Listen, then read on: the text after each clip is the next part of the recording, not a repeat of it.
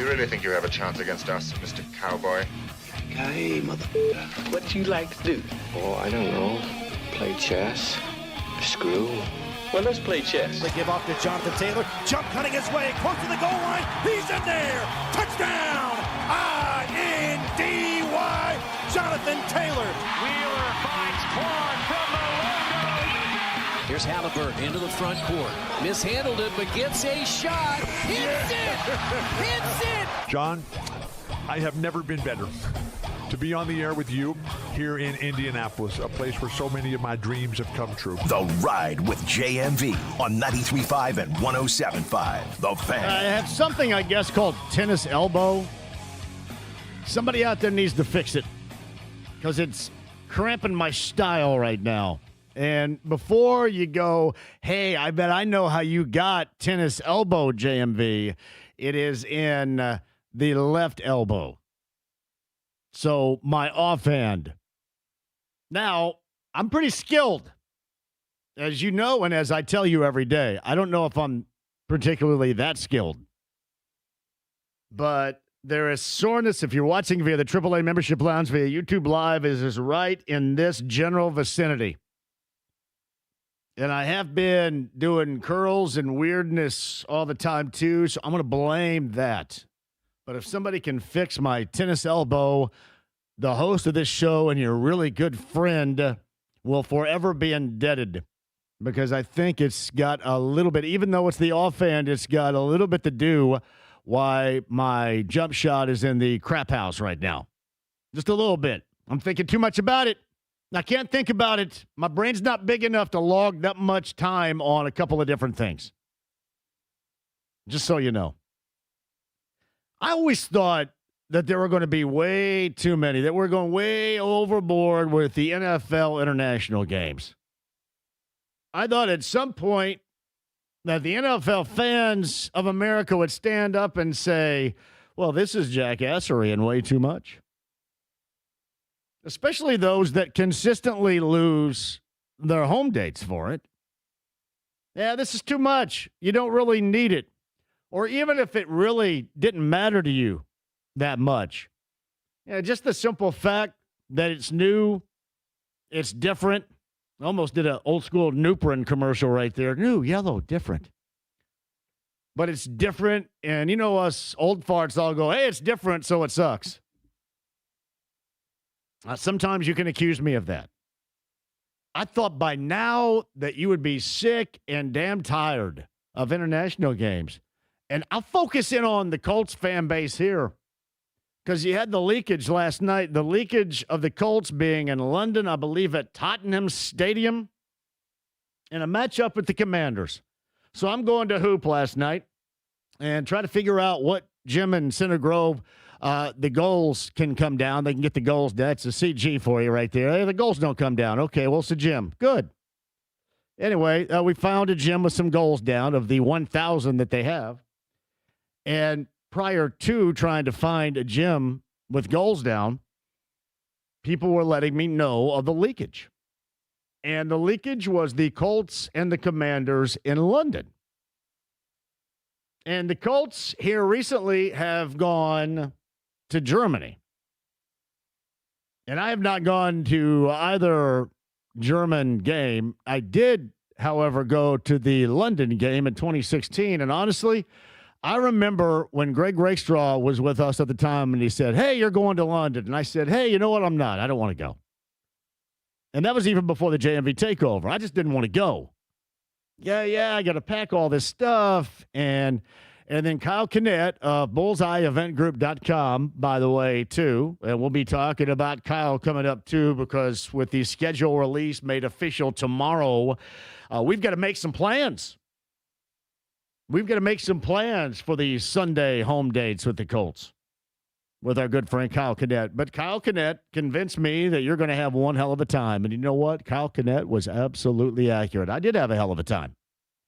Now, I go over there to watch kind of the same old that we're used to around here with the Colts. You go over there and they look like crap, and they lose to Jacksonville. And then if you remember at the time, and this was my experience of going overseas, watching the Colts play internationally, if you remember at the time, Dwayne Allen was one of the tight ends here. He had a horrific game, a very forgettable game. And I busted ass back here and came on board on that particular Monday afternoon to talk about the disappointment of losing in London in 2016. And Dwayne Allen was a part of the equation of not having a good game. And from that point on, other than an accidental call by one of my kids to his number instead of G, which is very awkward, we have not talked since. So a ruined relationship. And we talked all the time before that. He came out all the time. We played a lot of pickup basketball together. It was just a really good time. But I completely understand. So I'm the jackass sitting here saying, well, this guy didn't do this. And I understand why these guys don't want to hear it. That's why they, for the most part, all think that we're the scum of the earth. Now, as one of the scum of the earth, I would also tell you that I keep this about as balanced, and I don't come off with an axe to grind. I don't have an axe to grind. I would much rather the teams around here be good and you guys be happy than being able to complain and piss and moan about them every single day, because it wears me out. And I sure as hell know, as a listener, especially going into hours 7, 8, and 9 of live radio in this market, it wears your ass out too. I get it.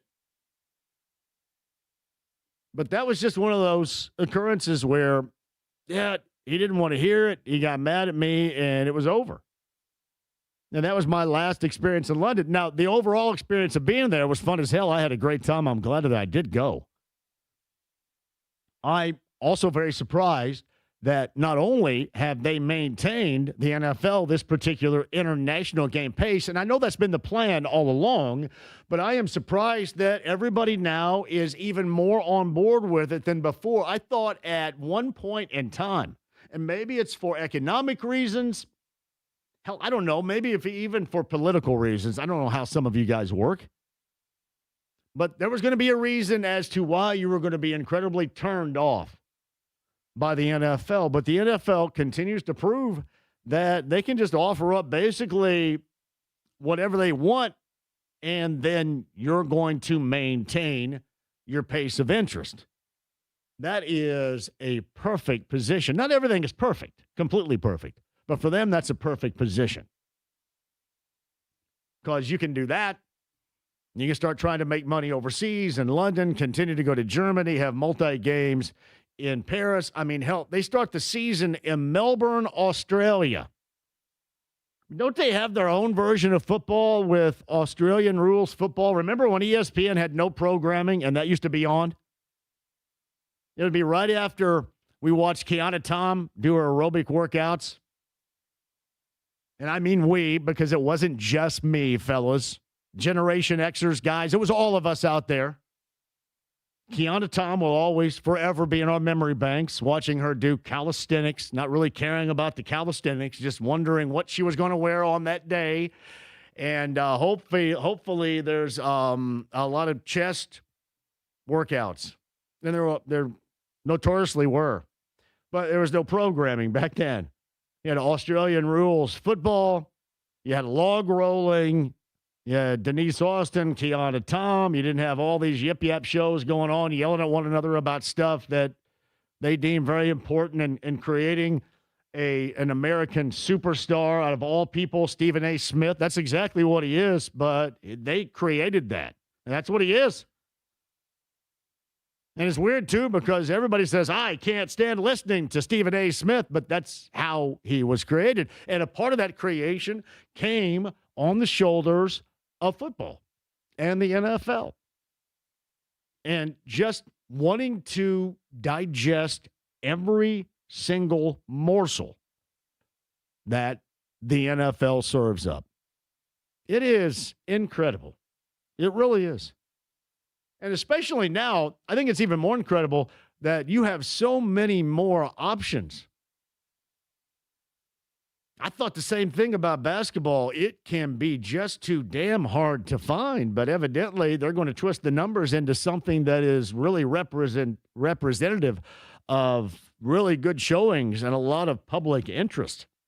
Now, even though you're on ESPN and ABC and NBC and you get Peacock and you're going to Amazon Prime, I mean, hell, you're all over the single. I believe on a Wednesday night like tonight, I believe it's ESPN. I haven't watched, seriously, more than 3 episodes of Inside the NBA with Ernie Johnson and Kenny Smith and Charles Barkley and Shaq. I watched it every stinking Thursday, every time it was on, and especially when they covered, for the most part, the Western Conference and the Western Conference Finals.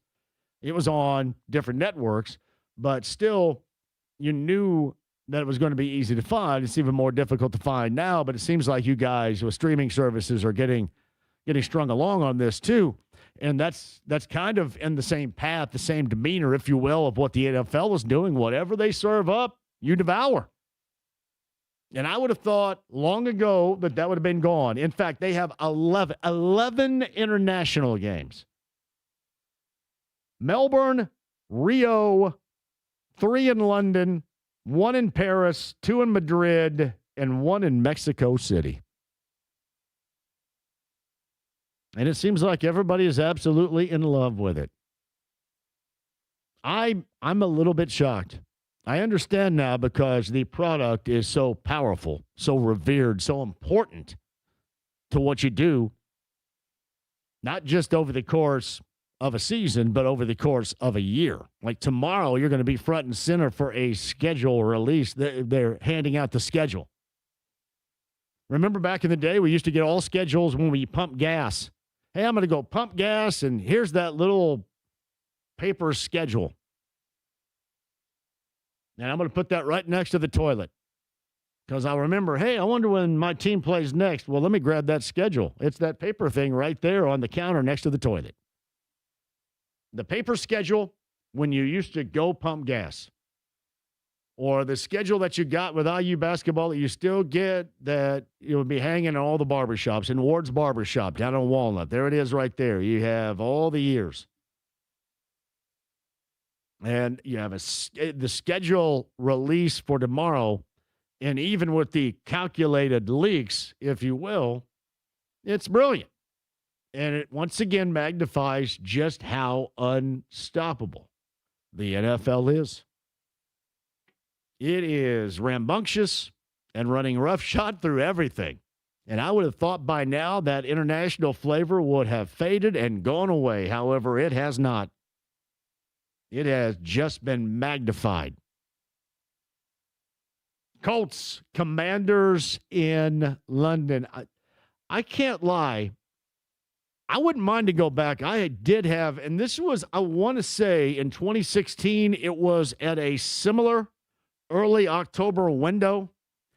And I know that normally when you go overseas, you have an open date or a bye week afterwards. And certainly the last 2 times in Germany, the Colts have had a bye week after. No, those have been in November. I sure as hell didn't want to go to Germany in November. I can tell you that. I'll let Derek White, our good friend Derek White, go and then bring us back some really good alcohol. Shout out to D. White. But London in early October, I was told all the horror stories of rain. It's going to be chilly, and the weather was absolutely perfect. We did a live show at the Admiralty in Trafalgar Square. And other than when they say they're going to close the pub, they close the pub. And they don't give a damn what else is going on. They shut the power. It's like, power goes off. I don't know if that's a good power goes off sound effect right there, but I'm doing the Colts weekly show, and all of a sudden they go, hey, you know what? It's closing time, and they don't sing Semisonic or anything like that, or Friends in Low Places, or any of the traditional songs you sing in bars and restaurants and pubs in America when it's closing time. They just shut the power off, and poof, I was gone. But man, it was a hell of a time. So I may, even in the fact that I don't carry a great deal of interest, I may want to go back. That was a good time in London. Wasn't good football to watch. They were terrible. But it was a good time in London. So maybe even the old guy here, the old curmudgeon, is turning over a new leaf. The Colts and the Commanders in London, and the spectacular of a schedule release officially coming up tomorrow. Now, I believe in 2016, the Colts, they went to Chicago the week after London. So they did not have a bye week. And once again, you wouldn't want your bye week, I'm assuming, coming in week number 5. That is way too damn early. The Colts have had a late bye week when they have gone to Germany. You don't want, I wouldn't think, that early bye week. I mean, hell, you don't even know. I guess Daniel Jones is going to be ready. What if Daniel Jones isn't ready? Going to roll over there with Riley Leonard and Anthony Richardson Sr. Now, they would assume that he is going to be ready by October the 4th, and everybody kind of laughs at me suggesting that maybe he's not. But you don't know about this. You guys tell me the same thing about how much I believe in Halliburton. Well, he's not going to be ready until a year from now. So is it a foregone conclusion that Daniel Jones is going to be the Daniel Jones of the first 8 weeks of the season coming up in week number 4 when you go to London? 49ers and Rams will open it up in week 1 in Melbourne, Australia. Ravens Cowboys in Rio. I don't know this because I am not an international man of mystery here, but is there a tremendous hankering, if that's the right word, hankering, for the NFL in Australia and South America? Do we know that? Yeah, whatever they do in London, they fill up the stadium, and sometimes you just wonder if they say, hey, here's some tickets, and we'll give you tickets to this football game, this American football game. And then maybe one of these days we'll give you tickets to see Paul McCartney play here in Wembley. I mean, I don't know if they do it that way, but they always fill up the stadium, and you know it's not always those that end up from America. Melbourne, Rio, 3 in London. The Eagles, Jags, the Texans and Jags. That's Jacksonville's home away from home, London, England. Steelers and Saints in Paris, the Bengals and Falcons in Madrid. I will say this, of all the spots on this list, James, Melbourne, Rio, London, Paris, Madrid, Munich, Mexico City. Rio would be tough to turn down, but I think I'd rather go to Madrid. I've never been to Spain. I mean, hell, I've really never been anywhere, but to Spain, certainly. Bengals and Falcons, that is week 9. Patriots, Lions, that is in Munich in week 10. And as I mentioned a little bit earlier, the Vikings and the 49ers in Mexico City. Your 2026 NFL international games. I would have thought that would have faded by now. Alas, it has not.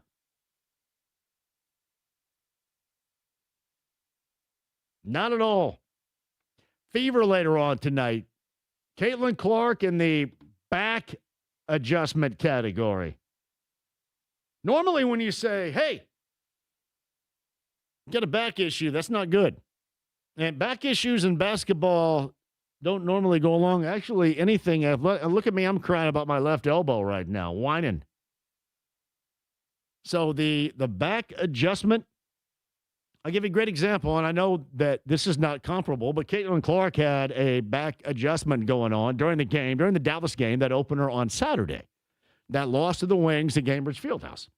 So later on tonight, you get the Fever and the LA Sparks on the road, 10:30. 10 o'clock is your pregame coverage with the Tidrow dude and then obviously John Nolan, friend of the show. So you guys are going to be covered. 10 p.m. later on tonight. Sparks at 10:30. That's your matchup. But I want to go back to the whole back adjustment thing. Is that at all concern? Because if the team tells you it's not a concern, that doesn't eliminate the concern. Normally that means or validates there is concern to be had there. Like our good friend BT Dew, he's had a back adjustment too. He's got some back pain, James. And he wants to go out on carb day, and we have suggested a very large radio flyer red wagon that we can pull him around in. Oh, that would be fun. Yes. Like 5 or 6 of us can pull him around. Red wagon. But the whole back thing is a little bit concerning. I know that you talked about game 1 full of rust. The one thing that always bothers me when you're making excuses in playing with rust, defensively, you know what you're supposed to be doing. You know where you should be. They're not reinventing the wheel defensively. Hey, that person has the ball and they're wide ass open. Maybe I should close them out. Maybe I should be closer. Maybe I should slide over and help out defensively and not let this individual drive unimpeded to the basket for a layup. Maybe. I know oftentimes they'll miss a layup, but just maybe I should slide over there and stop it. That's the only thing that bugged me. Yeah, offensively, it didn't bug me at all. I mean, was there some bad shots in the shot selection? Yeah. I think this team is going to be very good offensively. But it was absolutely whiffed and missed with what they did defensively. And we'll see if they can make that up. The LA Sparks, not very good. That is a 10:30 tip time later on tonight. Pregame show is coming at you at 10 o'clock. NBA from last night. The Spurs now 1 win away from advancing to the Western Conference Finals to meet up with OKC. Up 3-2. Best of 7 Western Conference semifinals. 126-97. And yet another scintillating NBA postseason performance that had tens of people on the edge of their seat. Congratulations. Giggle about that one, Tatum. Game 5 later on tonight, the Cavaliers and the Pistons. That best of 7 in the East is tied at a couple of games apiece and is as boring as hell. Does that sell it when I say that? Do I tag it? It's boring as hell. You're sending all the people towards there right now. Hey, go watch tonight. I don't know where it is. I'm assuming it's a Wednesday night, so that means ESPN. It's a Wednesday night. It's ESPN. But go watch. Go watch a lot of dribbling and a lot of ball stalling. Not a lot of ball movement. A lot of missed shots. Go watch Tobias Harris score 20 and his team lose by 15. Congratulations. Or James Harden turned the ball over 10 times. I'm trying to sell it for you. The Indy 500 sold out. You guys are lucky, though. You guys are fortunate. Evidently, one in every 1,000 in America will be there? Is that the stat? I think we need to take a straw poll and see if that's true. 1 in every 1,000 in America will be inside or around or at that event, the 110th running of the greatest spectacle in racing. That is a tremendous number. 1 in every 1,000. It is sold out, but you're fortunate. You're fortunate because we have tickets to give away. We've got 500 tickets. And as I've said before, when they're not readily when something's not readily available, it makes you even more excited about it. Now, I always use Yuengling as an example. When you had to drive to Cincinnati to get it, oh my God, it's like bootlegging. I'm the bandit. You're Snowman. Let's go get it. When it really wasn't. But now when it's readily available, it's, let's go grab some Yuengling. It's just different.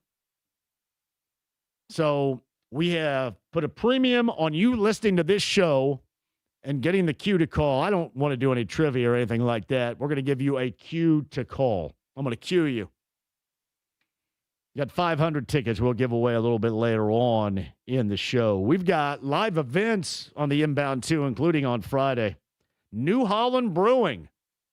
New Holland Brewing has a lot to offer, and we are going to be hanging with one another, trying it all out coming up on Friday, and we're going to be at O'Reilly's and Speedway for that. Hopefully you guys all join me.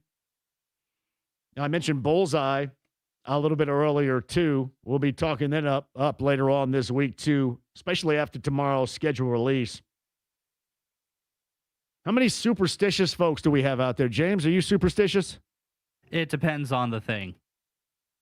Well, what thing would you be superstitious about? I'm very much like if someone's guarantees the Colts are going to win, I automatically assume the Colts are going to lose. That sort of thing. Uh-oh. I consider myself superstitious, but I think it's a superstitious of convenience. It's when I think about it. I don't walk under a ladder. I have been known to, when a black cat crosses the path, stop, turn around, and go the different direction. Really? Just the obvious things. Okay. I don't step on a crack because I don't want my 80-year-old G's back broken. Are you afraid of like broken mirrors and that sort of thing? I don't want any broken mirrors. Do you wish on a star when you see one single one out there, or do you think, well, maybe that's a planet and this crap's not working? I don't know if I've ever wished upon a star. Really? I mean, maybe when I was like 8 years old or something, but Well, not, I think I just now. did it last week. The defending AL MVP has a superstition, and he washed it away, so to speak, last night. We'll get to that story coming up a little bit later on. Hey, speaking of that, the weather coming up, I know it's way out. You ever look up BAM weather? And I know we have weather folks, Lindsey Monroe, great friend. We have weather that oftentimes will slide in here. I'm assuming later on the show from our good friends at Fox 59. Am I even allowed to mention BAM when 59's our partner here? I'm just out of curiosity. That's a question for someone higher up in my pay grade. Well, yeah, until I get in trouble for it, I'll do whatever I want. But those guys, I'm assuming they're guys, I don't really pay too much attention, but sometimes people say, hey, they say it's going to be a great forecast. They are out there, and they kind of shake their fist at weather forecasters. I'm just kind of curious what race day looks like. I think I have the long-term, James, all the way up until Carb Day, which says, I think, partly sunny and 73. Last I checked for race day, there was a chance of rain, but it was in the morning. I can't remember exactly what the temperature was. I think it was in the 80s. So I think it may be 80s with a chance of rain in the morning, and then it kind of clears out for the rest of the day. We need your long-term forecast. Maybe whomever's going to join us from Fox 59 today can give us the long-term forecast. Yes. I am looking right now. Sunday the 24th, 81 degrees, partially cloudy. Oh, I like 81. Yeah. Hot. And is it going to be humid? I need some humid, too. I'd bet it's going to be a little humid. Oh, man. I'm going to be right there next to Tony Katz at 93 WIBC. I'm going shirtless. Last year sucked because it justified his big, thick beard and his scarf. Did you just send me something? I sent you a text. Did it not go It is through? it is not available right now, though, Oh, right? lovely. Yeah. No, I mean, the weather is not available. It's okay. We can tell everybody. Oh, is it available now? It is available Now it's available. That's just on the inbound. So we'll get you weather in the moment updated right now, courtesy of our friends. Hold off on this, James, at Fox 59. AAA Membership Lounge via YouTube Live, the Hensley Legal Group Command Center. It happens. Hire Hensley. Yeah, consider yourself, as of right now, weather updated from Fox 59.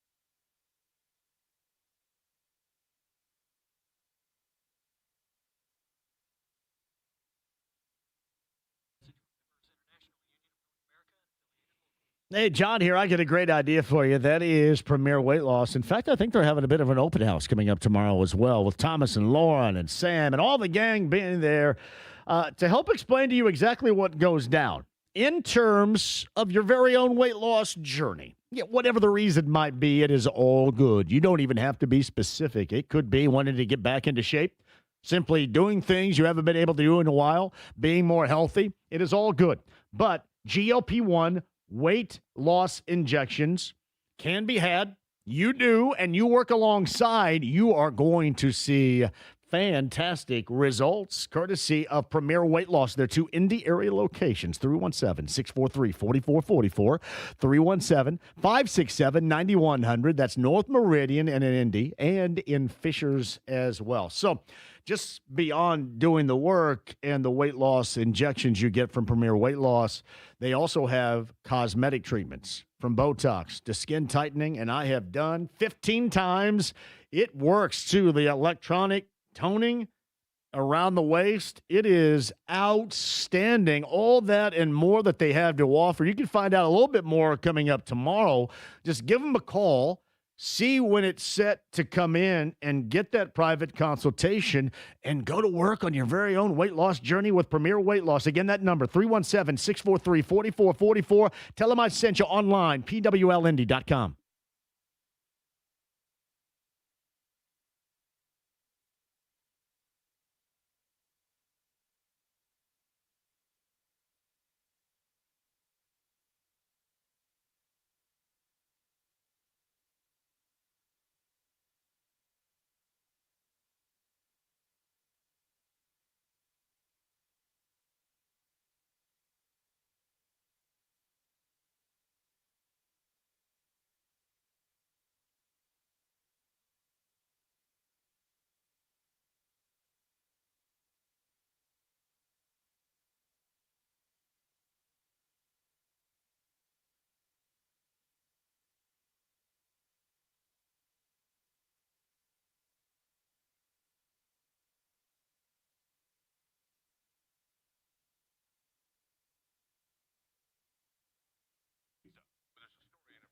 Rhino Shield is outstanding. Ceramic coating, it is designed for the weather around here. And I mean year-round weather around central Indiana for your residents or maybe something commercial.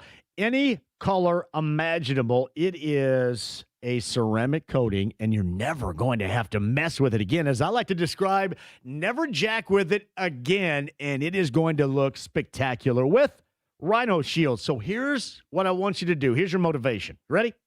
I want you to give them a call right now. Seriously. They're standing by, sitting by. They're waiting your call. 888-RHINO-41. Call them and say, hey, this geek on the radio right now, JMV, is telling me that I need this and I can get 15% off if I mention this geek's name. You get 15% off the regular price of the ceramic coating Rhino Shield just by mentioning the geek's name, JMV. That's 888-RHINO-41, 15% off the regular price right now when you give them a call and mention my name, rhinoshieldin.com, residential and commercial. Don't paint, no vinyl, go Rhino and never paint your house again. Rhino Shield.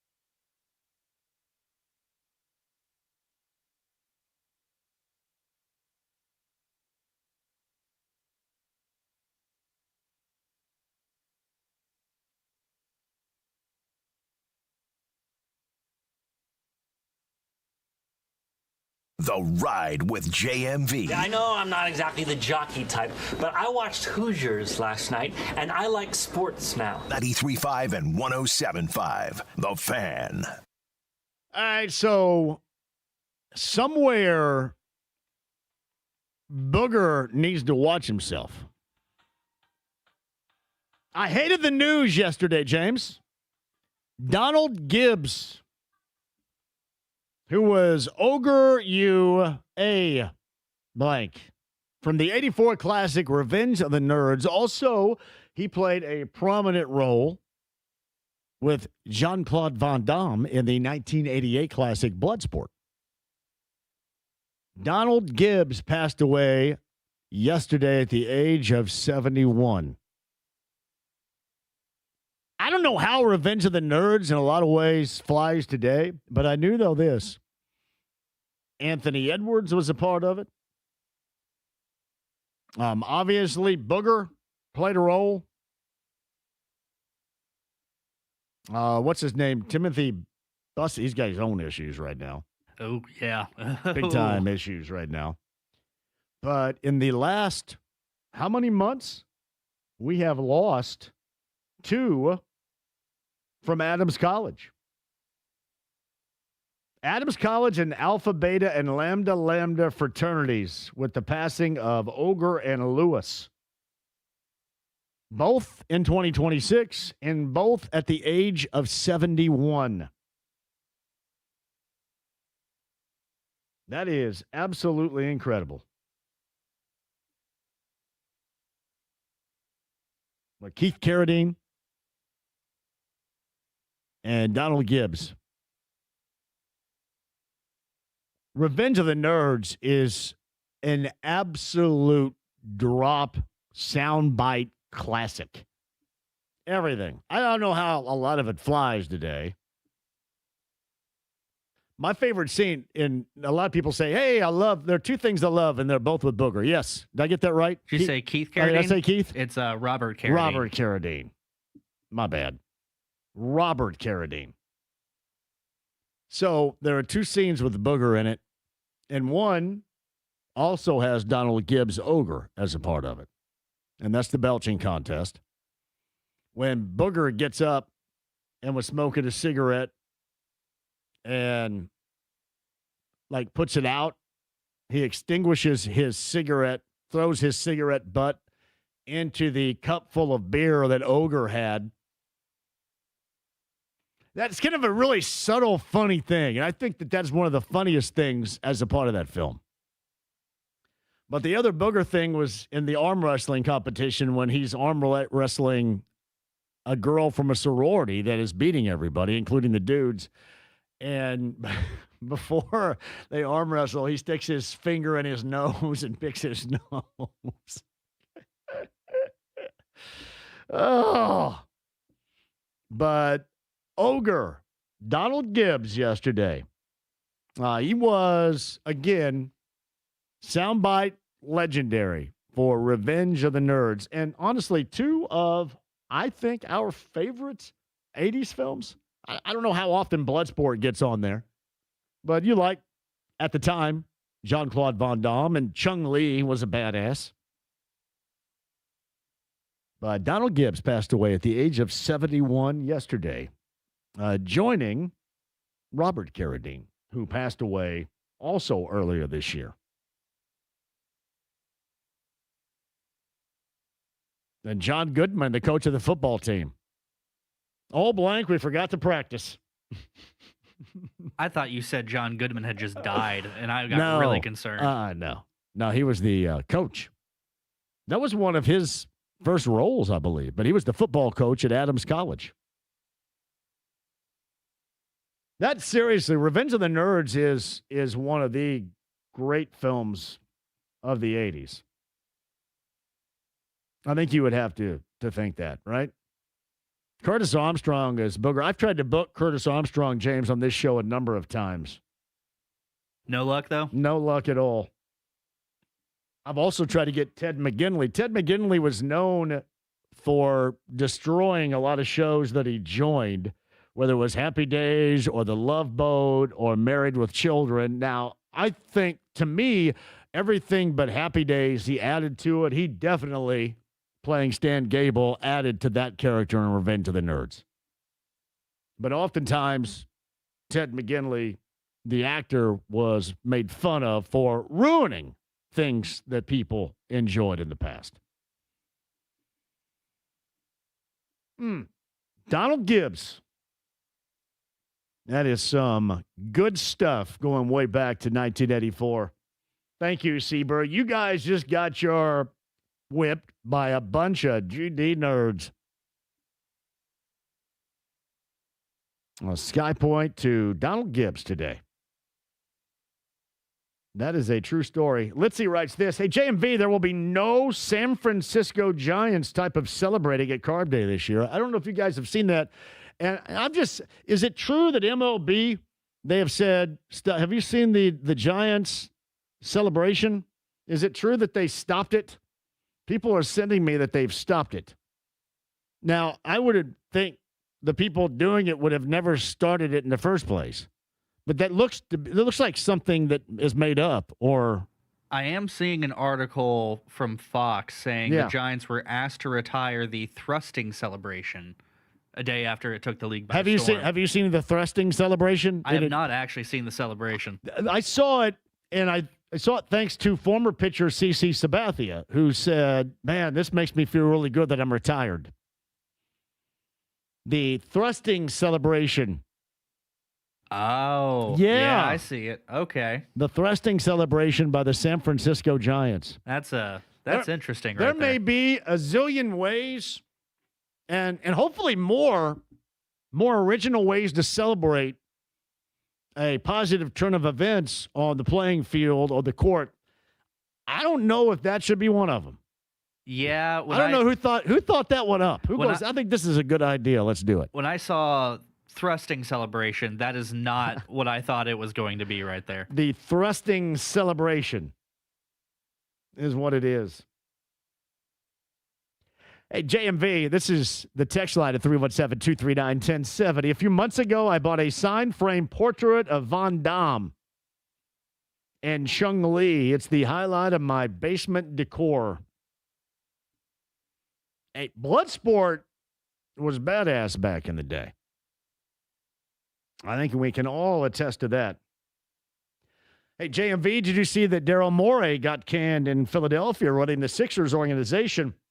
Do you think our good friend, the man with two brains, P. Dinwiddie of Cathedral High School, feels any vindication?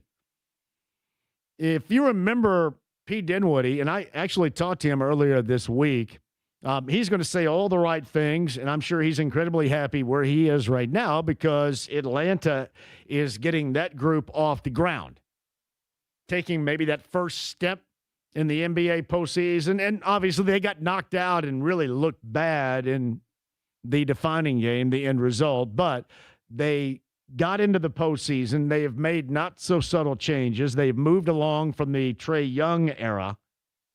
And Peter Dinwiddie, friend of this show and the man with two brains who was a part of the Hawks organization. Once upon a time, he was brought in from here in Indy, where he was a part of this group organizationally, and he goes to Philly, and all of a sudden, Elton Brand at the time just started bringing in different dudes, and then he brought in Daryl Morey.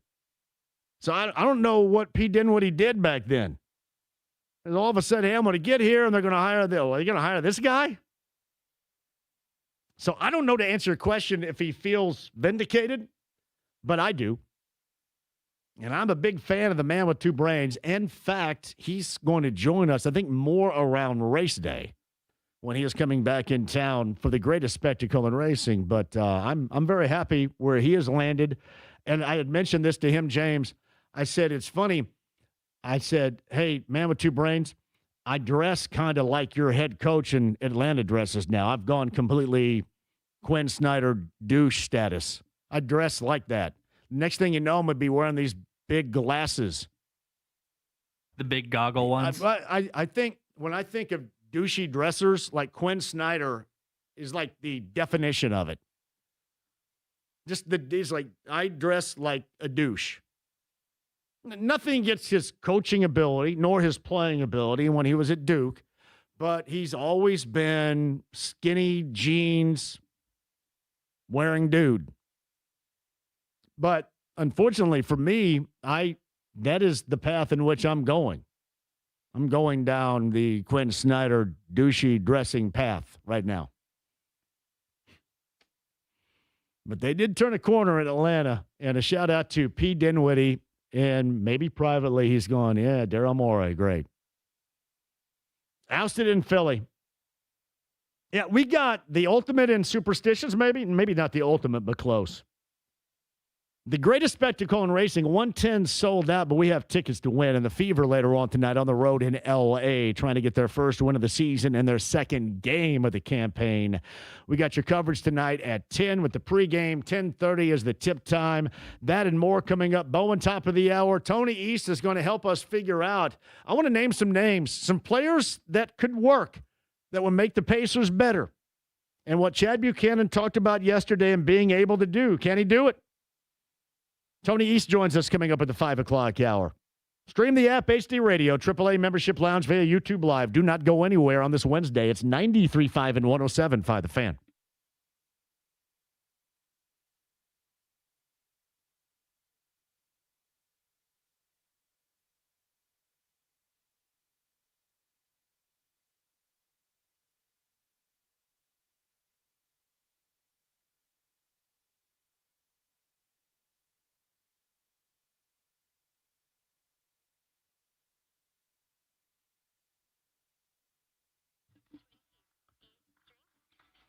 I know the best in plumbing. It's Lance and his local team at LD Smith Plumbing and Drains. Never, ever think about calling anybody else because they're going to have you covered. The elite level technicians that know what to do to get the job done right. From the smallest of events, like with me, my garbage disposal crapped out, and I can't go with a crapped out garbage disposal. They came over, put it in a new one. All was good. From those, all of a sudden you have a leakage of pipe. That's a side swiper. That's something where you need it. You need it right now. They got your back in all areas. The best in plumbing. LD Smith Plumbing and Drains at 317-927-7186. Ask them right now about the sump pump and the battery backup at the best prices of the year, just in time for the wettest weather of the year. That's LD Smith Plumbing and Drains. 317-927-7186. Online, ldsmithplumbing.com.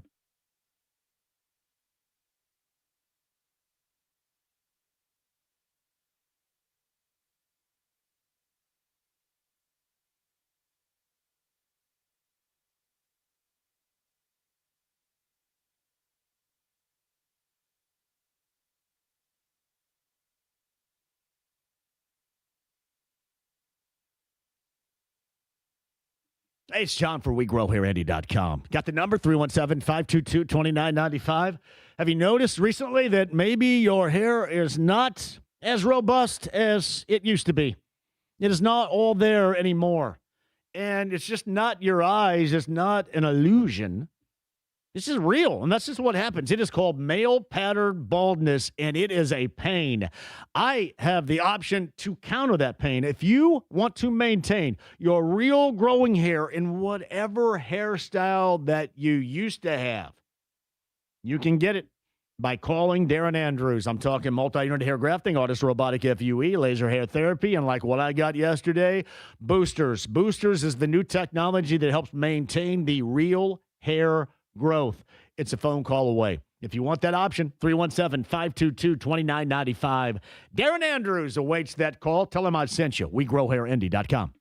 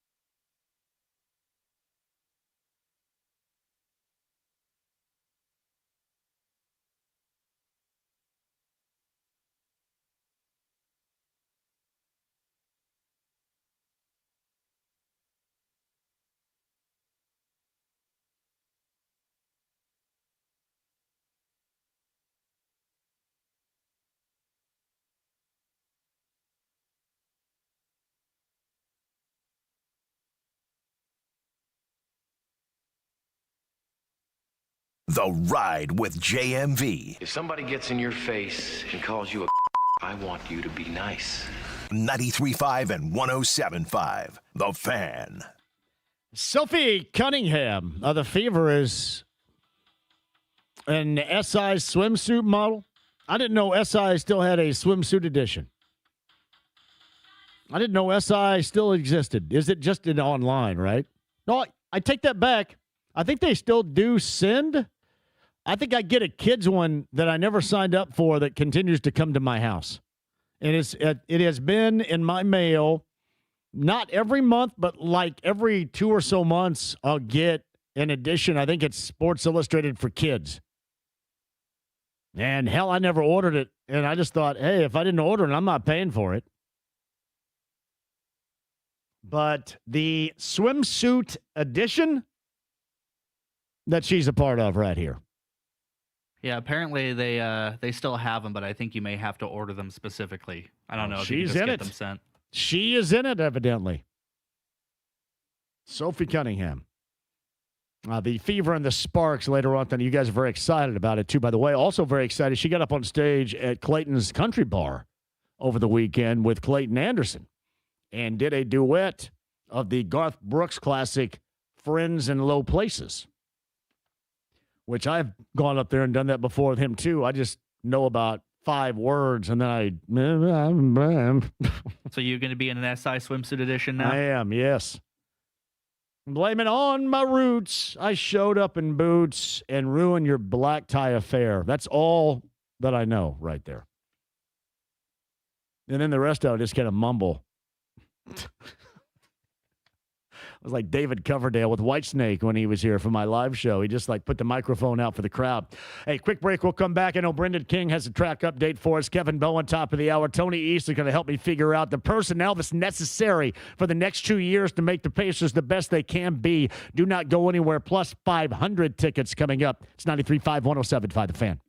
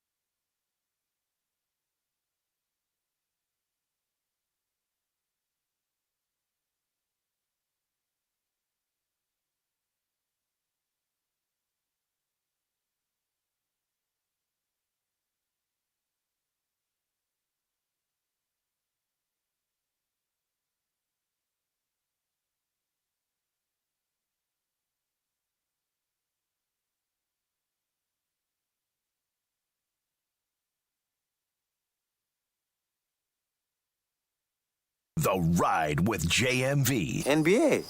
Oh, NBA. Where'd you learn about that? Sports Illustrated swimsuit editions. 93.5 and 107.5. The Fan. Reds a loser last night.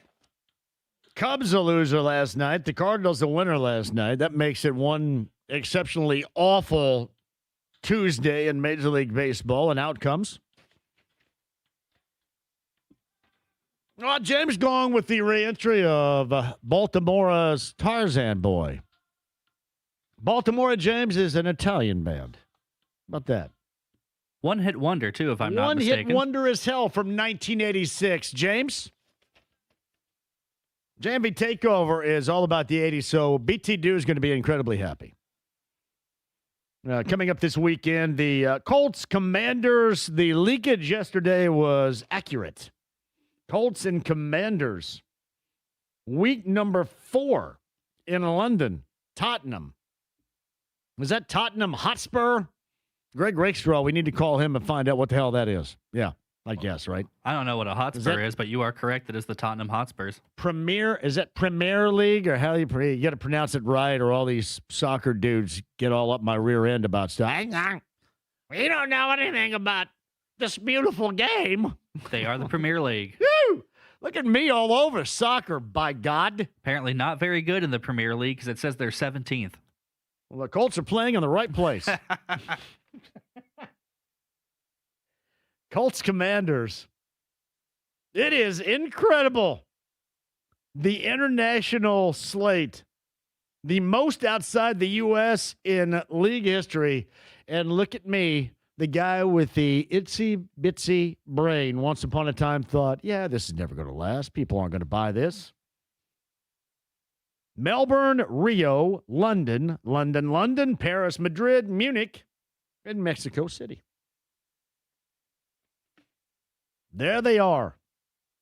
I believe in London in 2016, which was a great time, an awful game, a great time. Awful game. But I had a great time. And a shout out to Bullseye, before we get to Kev here. Kyle Kinnett with BullseyeEventGroup.com put together that trip.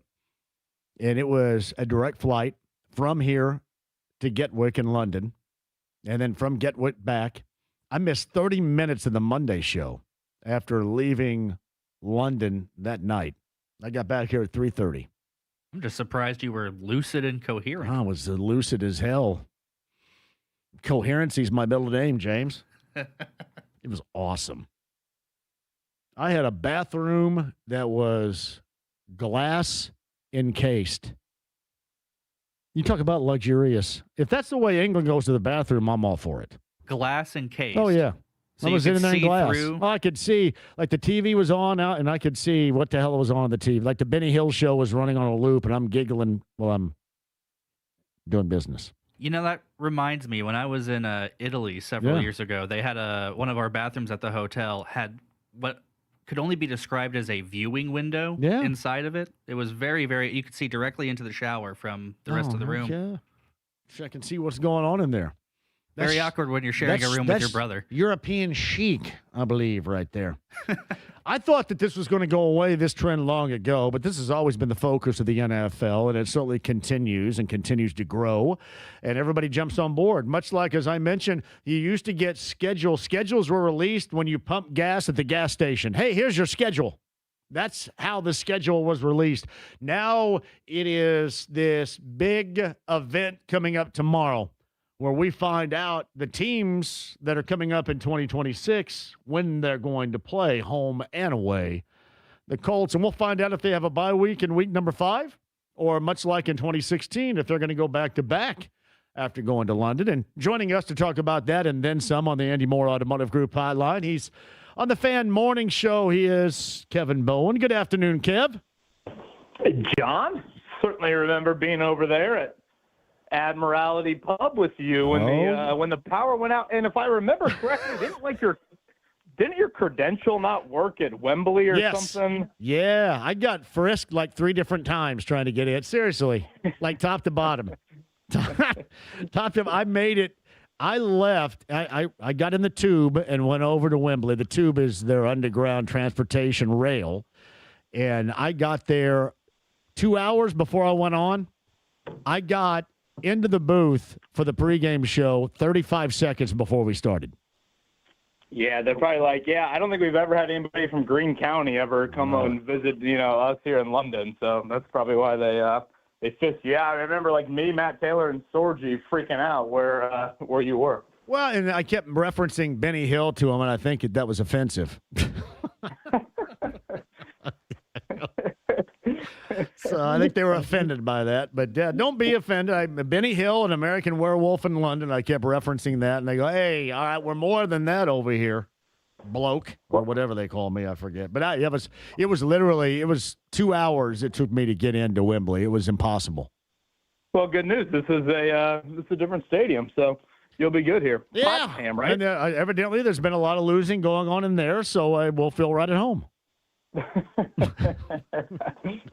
Can't say I know too much about the Hotspurs, but I'll take your word for it. I don't know. That's what James just said. Hey, before we get to a couple of things, so are you a man that is home alone with 3 kids for the time being? Is this true?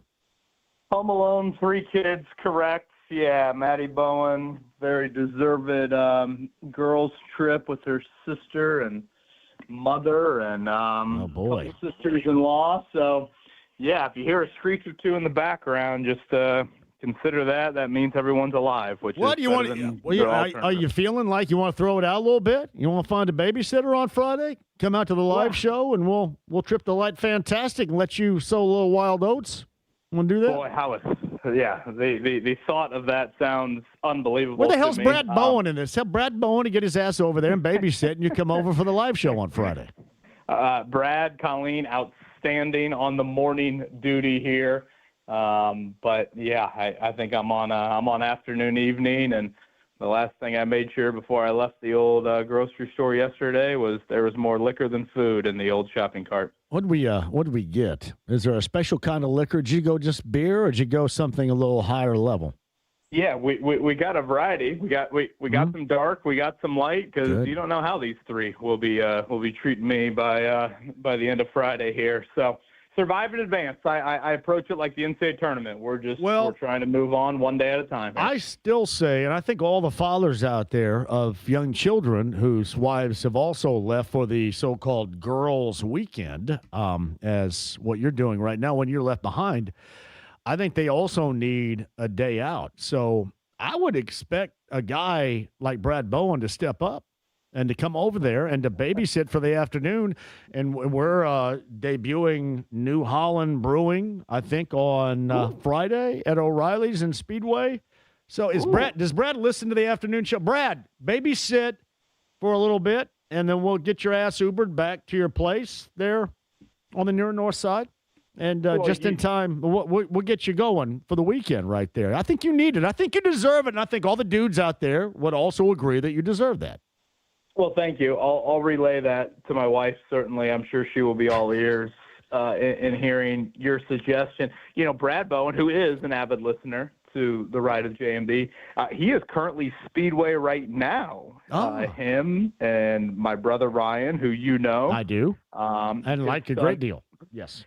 His son Carter, they're experiencing the track for the first time. So they took little Carter out there to the track. So maybe they're going to O'Reilly's after, and maybe they need to dabble back on Friday, or at least I need to dabble back on Friday, and they need to babysit. What about Ryan Bowen to babysit? I'm just trying to get you out because this is going to be a hell of a time, and we'll get you started on a path in which you're going to need over the course of the weekend. And like I said, a lot of the fathers out there with young children in the house would agree that it's probably needed right now, and you deserve it.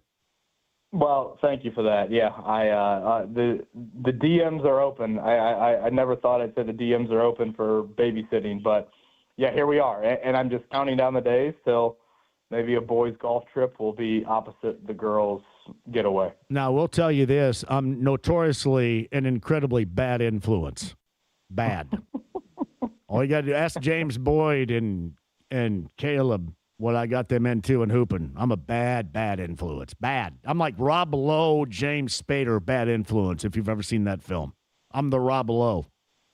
Well, we did start off with the interview of 10 years ago, us at Admiralty Pub. So, Yes. yeah, that'll probably be us coming up here. Yeah. And I don't know, maybe in 6 months. It's funny when you think about that, too. I was bringing back the memories of 2016, and I didn't want to go, and I was kind of forced to go. And Kyle Kinnett said, "You're going to have a great time." And he was right. I had a great time over there. But watching the football game was the absolute worst. And then, if you remember, that ended my friendship with Dwayne Allen. Well, after that, the only other time I talked to him is when my daughter accidentally called him instead of her grandma.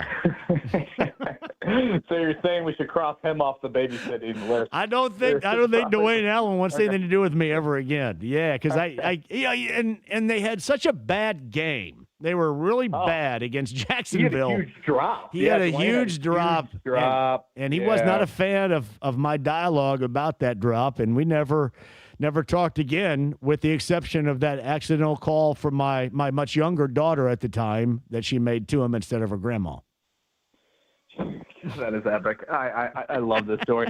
Yeah, Antonio Cromartie, burnt toes. Yes. I think he got the scissors shortly Well, thereafter. I mean, he went to Paris, and spent time. That was the rumor, right? Didn't he go to Paris away from the team? Was that ever verified, or was that just an urban legend? I don't know, but if there's anybody on that team that would have gone to Paris, it certainly would have been him. And that's one of the infamous Jacksonville games.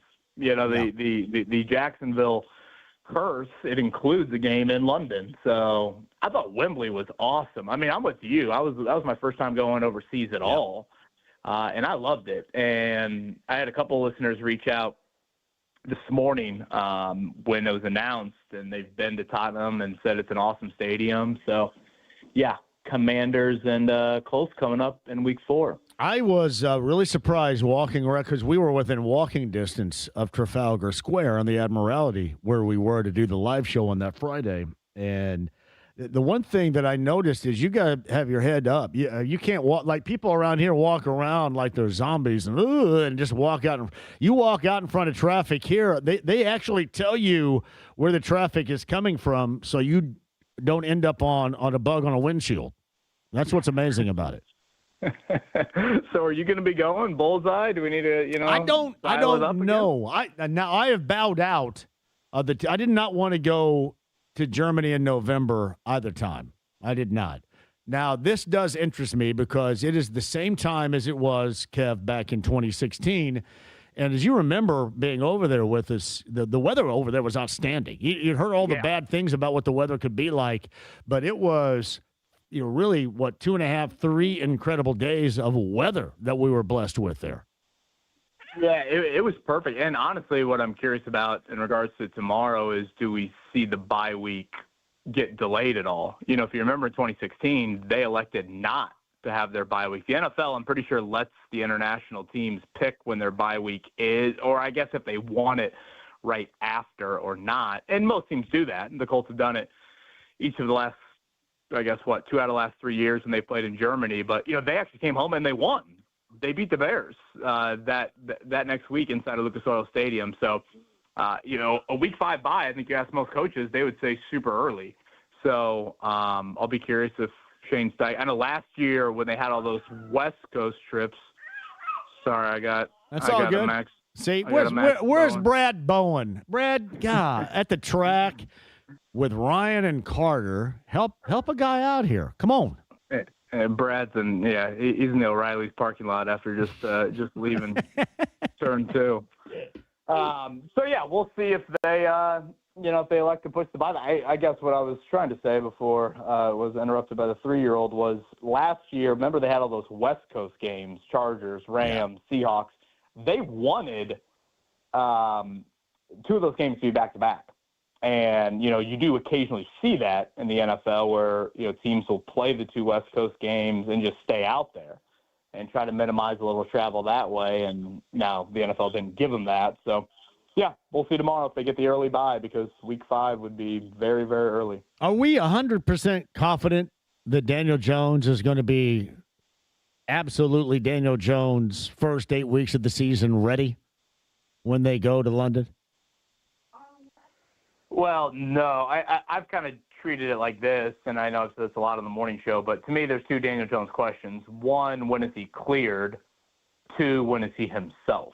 Yeah. Like, you saw him play football last year when he wasn't himself, and it wasn't good. So, I do think, and not to get too into the weeds of the schedule, but I am curious what September will look like for them. I mean, we know this game is going to be week 4, so you'll have 3 September games, prior to that. What does that first 3 weeks look like, assuming Daniel Jones is limited in some capacity there? So that's what I do think. Do you get the Titans on there? Do you get the Giants on there? I think those are at Browns. I'm trying to think some of the easier opponents, is a little front-loaded in the soft nature if Daniel Jones has any growing pains. Because I fully expect him to play week 1. I think that's been the foregone conclusion. But, again, him on the field versus him back and looking like, the mobile guy that he has is totally different. Kevin Bowen, the Fan Morning Show, is on the Andy Moore Automotive Group hotline. So 11 games, outside of the United States overall in 2026 on the NFL schedule. And I mentioned this, and I don't know if you heard this on the outset. I always thought that this was going to be something that was slowly going to kind of fade away because the fans would not ultimately digest it as they certainly have. And I think what we know now is whatever is served up to fans of the NFL, they are going to eat and eat it entirely, eat it up like they do with the schedule release coming up tomorrow. Are you surprised we're at this point of 11 of, or I should say, what's the number? Is it 9? 9 of those games right now that are overseas coming up? Yeah. Or I shouldn't say overseas, but including Mexico City, I guess I should say. Sure, yeah, and obviously this year you got Australia and Spain, and you got everything. So I would say this, John. I think 2007 might have been the first year that they did the international series, and mainly those first few years it was just Wembley. It would just be the one game in London. I remember just being blown away by the one game, by what the crowd looked like in Wembley. I know you showed up 5 minutes before kickoff, but I couldn't believe how many fans were in that place an hour before that game started. It was just, and again, I get that it was 10 years ago, but I don't know if you went to Regent Street at all that Friday, but that was packed with fans. And, at that point, I get you were still a little early in it, but you were 9 years into the international games. So it wasn't, that new. And then now, obviously, you've gone to all these different markets here. So I feel like it's only a matter of time before it'll be, and maybe it is now, 8 games every year, and you give up a home game every 4th year. And I think that's what it's going to be. You play over there every other year, and then every 4th year you give up a home game. Because the Colts have only given up 1 home game in their 4 international games, and that was last year with Atlanta. So, I think it's almost just a foregone conclusion. I guess if you said 9, I didn't count up the number. I guess maybe we're already at that number now. But I think more of a structure like in your season ticket package that you'll give up 1 every 4 years. Kevin Bowen, the Fan Morning Show, 7 until 10 a.m. That's Monday through Friday. Weekday mornings here on the Fan, 93.5, 107.5 The Fans on the Andy Moore Automotive Group hotline. So, Ivica Zubac, outside of being a part of this Pacers team in the next 2 years that wins an NBA championship or challenges in the NBA Finals, how in the world is he ever going to live up to the expectations compared to what they gave up to get him ultimately? Yeah, the team results have got to be that high. Apologies for Max Bone in the background. What's going on there? Is Max upset about something? Yeah, he once one of his shows got knocked off here, and so now I got to turn on another one. You may have to get yourself DirecTV or Max Bowen. We got to settle that down a little bit, don't we? Yeah, we do here. Hey, what's he saying? Put the phone next to him. No, gosh, you don't want to blow your speakers. No, do seriously, you? I want to hear. Will he continue to yell if you put the phone closer to him? I think he might be. Knocking the phone out of my hand. Okay. I think I finally figured it out. Excellent. Yeah, as far as team success, it's yeah, it's got to be June again. It's got to be, we're talking about pacers and racers and all that. And the thing with Zubats, and honestly, you could say the same thing about Sauce Gardner. Like, statistically, they don't really play positions that, 22 and 12. Like, I mean, I guess Zubats does a little, but, like, that's not the thought. That wasn't the thought with the trade. It's, a double-double, but, like, you really aren't asking him to be probably one or two, certainly, on the scoring list. You're asking him to really kind of be a throwback big and be very different than the center you previously had. But yeah, it is, I think when you have a team like this and it's the last move like it, inevitably just all of that ends up falling on that guy. Like, if Siakam would have been the third piece or if Halliburton would have been the third piece, we probably would have talked about it in the same light. And now it's Zubats, especially when you have all the drama of Sunday and it's a generational draft. And, I think that's where a lot of the coping venom comes into play from Sunday. It's like, you just watched a 19-win season, the worst in franchise history. The thought all along, certainly till February when you made the trade, was you will have this pick. We didn't know where it would be, but you would have this pick at the end of the tunnel. It's the Colts in 97 going 3-13. It's, the Colts in 2011 going 2-14. Hell, even a few years ago, winning 4 games. Like, when you are this bad in professional sports, the thought is you always have this pick. And then all of a sudden it's like, well, now the pick's a coin flip. And then obviously you watched it play out, in the same light that I did on Sunday. But yeah, I mean, as far as expectations, I mean, it has to be getting back to the finals, and I don't want to speak too hyperbolic because I think the Thunder might be entering something insane, but I would say getting there, again, as crazy as that sounds, is definitely the expectation. It's Kevin Bowen on the Andy Moore Automotive Group hotline. I know that most of the time conventional wisdom, at least from Pacer fans, suggests that had Halliburton remained healthy, that the Pacers certainly could have won Game 7 in an NBA championship. Let's just say, for example, the entirety of the postseason last year was played not with Miles Turner, but with Ivica Zubats. How would have that looked to you, just hypothetically? That's a good one. I haven't really pondered that too much. I mean, not that it matters. I just ask you something that has no consequence whatsoever. So yeah, I mean, obviously Turner was really bad in the finals. I don't think he was anywhere that poor in the first few series. Because the reason why I bring this up is what outweighs the other to you? Because people say, well, you're no longer, now everybody kind of embraces Turner and says, well, you're not going to have the influence, at least his threat of the pick and pop 3-pointer or the rim protection, which had fallen to just threats. It wasn't like it was as consistent as it once was, and especially the deeper you got in the postseason. But I maintain what you're going to add is rebounding, getting the ball out, and then offensive glass prowess that I don't know that we have really ever seen that around here. And that's second chance, step in, 3-point, wide-ass open opportunities that we haven't seen either. They're basically layups for players like this. So which one do you think outweighs the other? And we're looking at this as a basis of comparison of both moving into next year. Yeah, I mean, certainly, again, I think I said earlier, he's really a throwback big when you think about, where his strengths are, and it's polar opposite from Turner. And yeah, the offensive rebounding, that was something I noticed even the 5 games he played of like, he has a little bit of touch as a passer and, can kind of make some of those plays that, again, I didn't really think Miles wasn't necessarily what he was asked to do or his strengths. And again, as far as I go back to that playoff last year, yes, do I think Zubats would have been better in the finals? Sure, but you also won games with 2% chance of winning some of those games.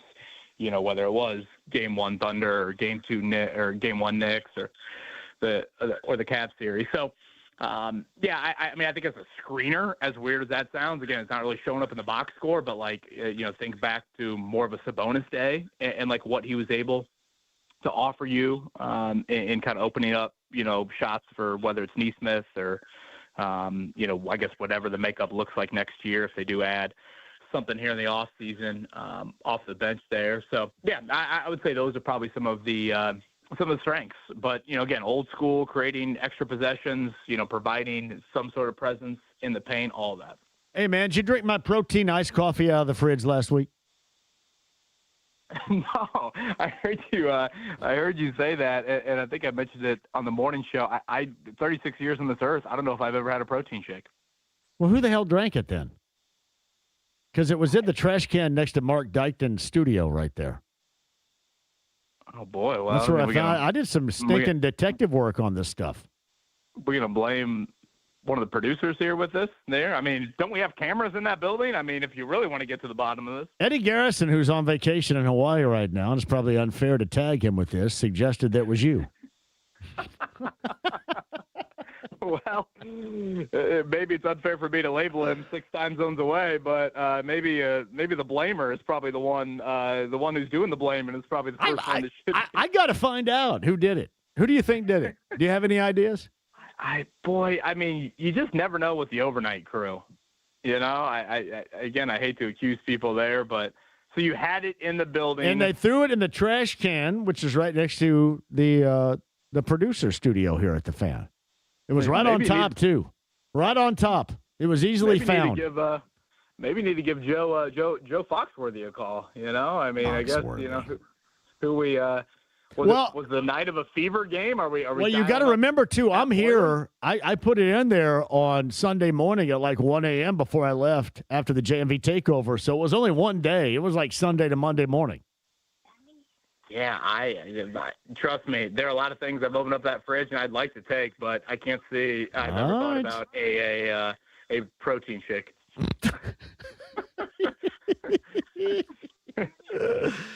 Oh, man. And by the way, as we close with Kevin Bowen here, there is no truth to the rumor, and I actually thought this, James, to be correct, that you and James and Dykton, and this was on the advice of Mark Dykton, the producer in the morning, you guys celebrate after a good show, much like the Giants celebrated and were told to stop here recently. Is that how you guys celebrate in the morning after a good show at about 10 a.m.? Yeah.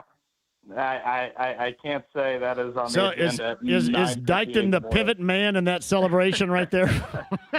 Yeah, that's a good question on who would be playing which role there. So I made all that up just so I could reference Pivot Man. I hope you don't mind.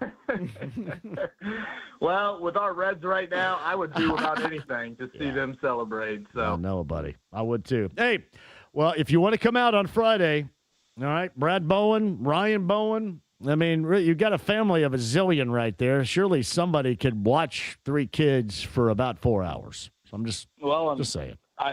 Well, 2 things. One, you just heard me try to parent 10 minutes ago, and you could hear it going swimmingly well. And 2, I don't know if that was the most ringing endorsement to try and attract a babysitter. So yeah. Well, I think you got to cut loose. So see if you can make it work. We're there Friday at O'Reilly's and Speedway, okay? Well, it's always a good time with you. So hopefully, if I can't make this one, I will be out there. I mean, hell, we know a week from Friday where both of us will be. Got it, Kev. Appreciate you, pal. And did I hear that you're following us Friday, a week from Friday? Yeah, I'm with Hammer and Nigel. We're doing a simulcast here. And I'm going to get a good signal finally, 93 WIBC. That's going to be awesome. So 93.5. So, yeah, we're going to do a simulcast from 10 until noon with Hammer and Nigel and me. And then I get 3 hours to wait. And they're all saying, so what are you going to do for those 3 hours? I said, what do you think I'm going to do for those 3 hours and wait? So 3 o'clock's going to be a humdinger, let me tell you. Boy, 3 o'clock is always a humdinger. Yeah, I have everybody up on, even Dion said, hey, you're going to have to pace yourself. I said, okay. Yeah, thanks, Dad. Appreciate it, pal. All right, see you, John. Kevin Bowen right there, the Eddie Moore Automotive Group hotline. He did not drink it. The mystery continues. No mystery in the weather. The update courtesy of Fox 59 right now.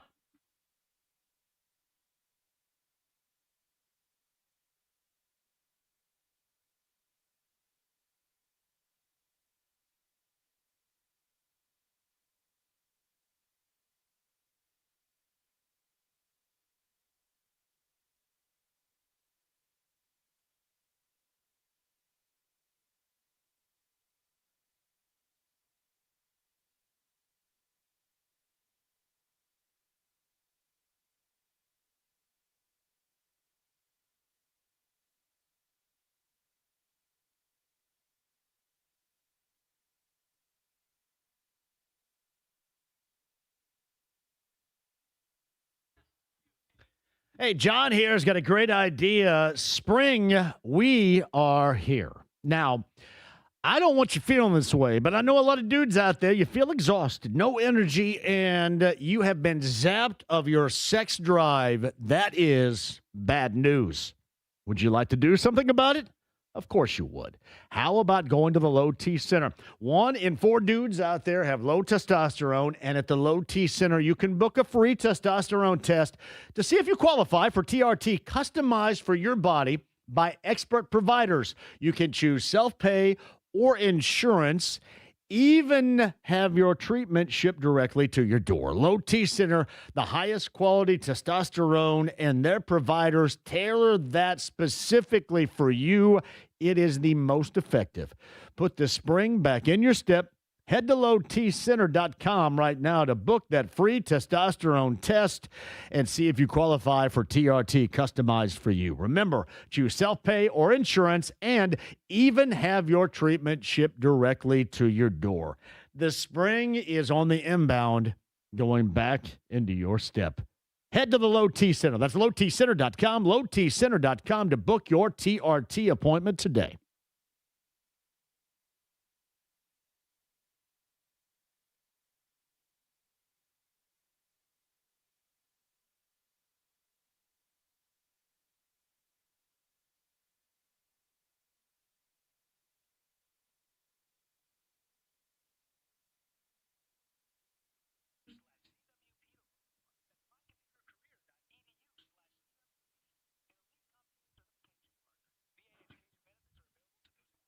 I hear from people all the time. You know, I'm in the mode of buying a new vehicle, JMV, and I hear you talking about the best here locally. Can you give me a little bit more information? I love to share the name Eric Wilson, Andy Moore Buick GMC, 131st State Road 37 in Fishers for you, because he and they have exactly what you need. And not only with having the inventory as to what you need, but also can put those wheels into motion for you to get you into that vehicle of your choice. And one of the most popular going on right now would be what? Would be the Buick Enclave. In many styles, it is an SUV that is good for absolutely everybody, and in particularly magnified for your summer holiday, your summer getaway, and you're on the road. The Buick Enclave SUV is for you. They have the inventory, incentives to buy, which would be prices that would have money off. It's like having a car buying coupon, so to speak, and the service after the sale. One place, and Eric Wilson leads the team at Andy Moore Buick GMC. Tell him I sent you, 131st State Road 37 in Fishers.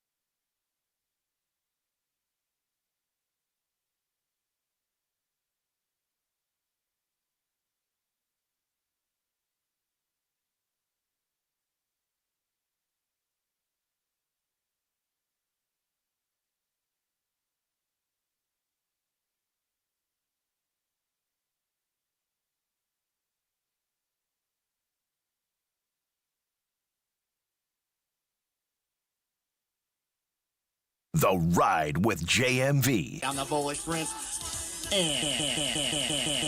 93.5 and 107.5. The Fan. Welcome back to the show, the Hensley Legal Group Command Center. It happens higher Hensley. James over there. I'm John here. Kevin Bowen, podcast 1075thefan.com.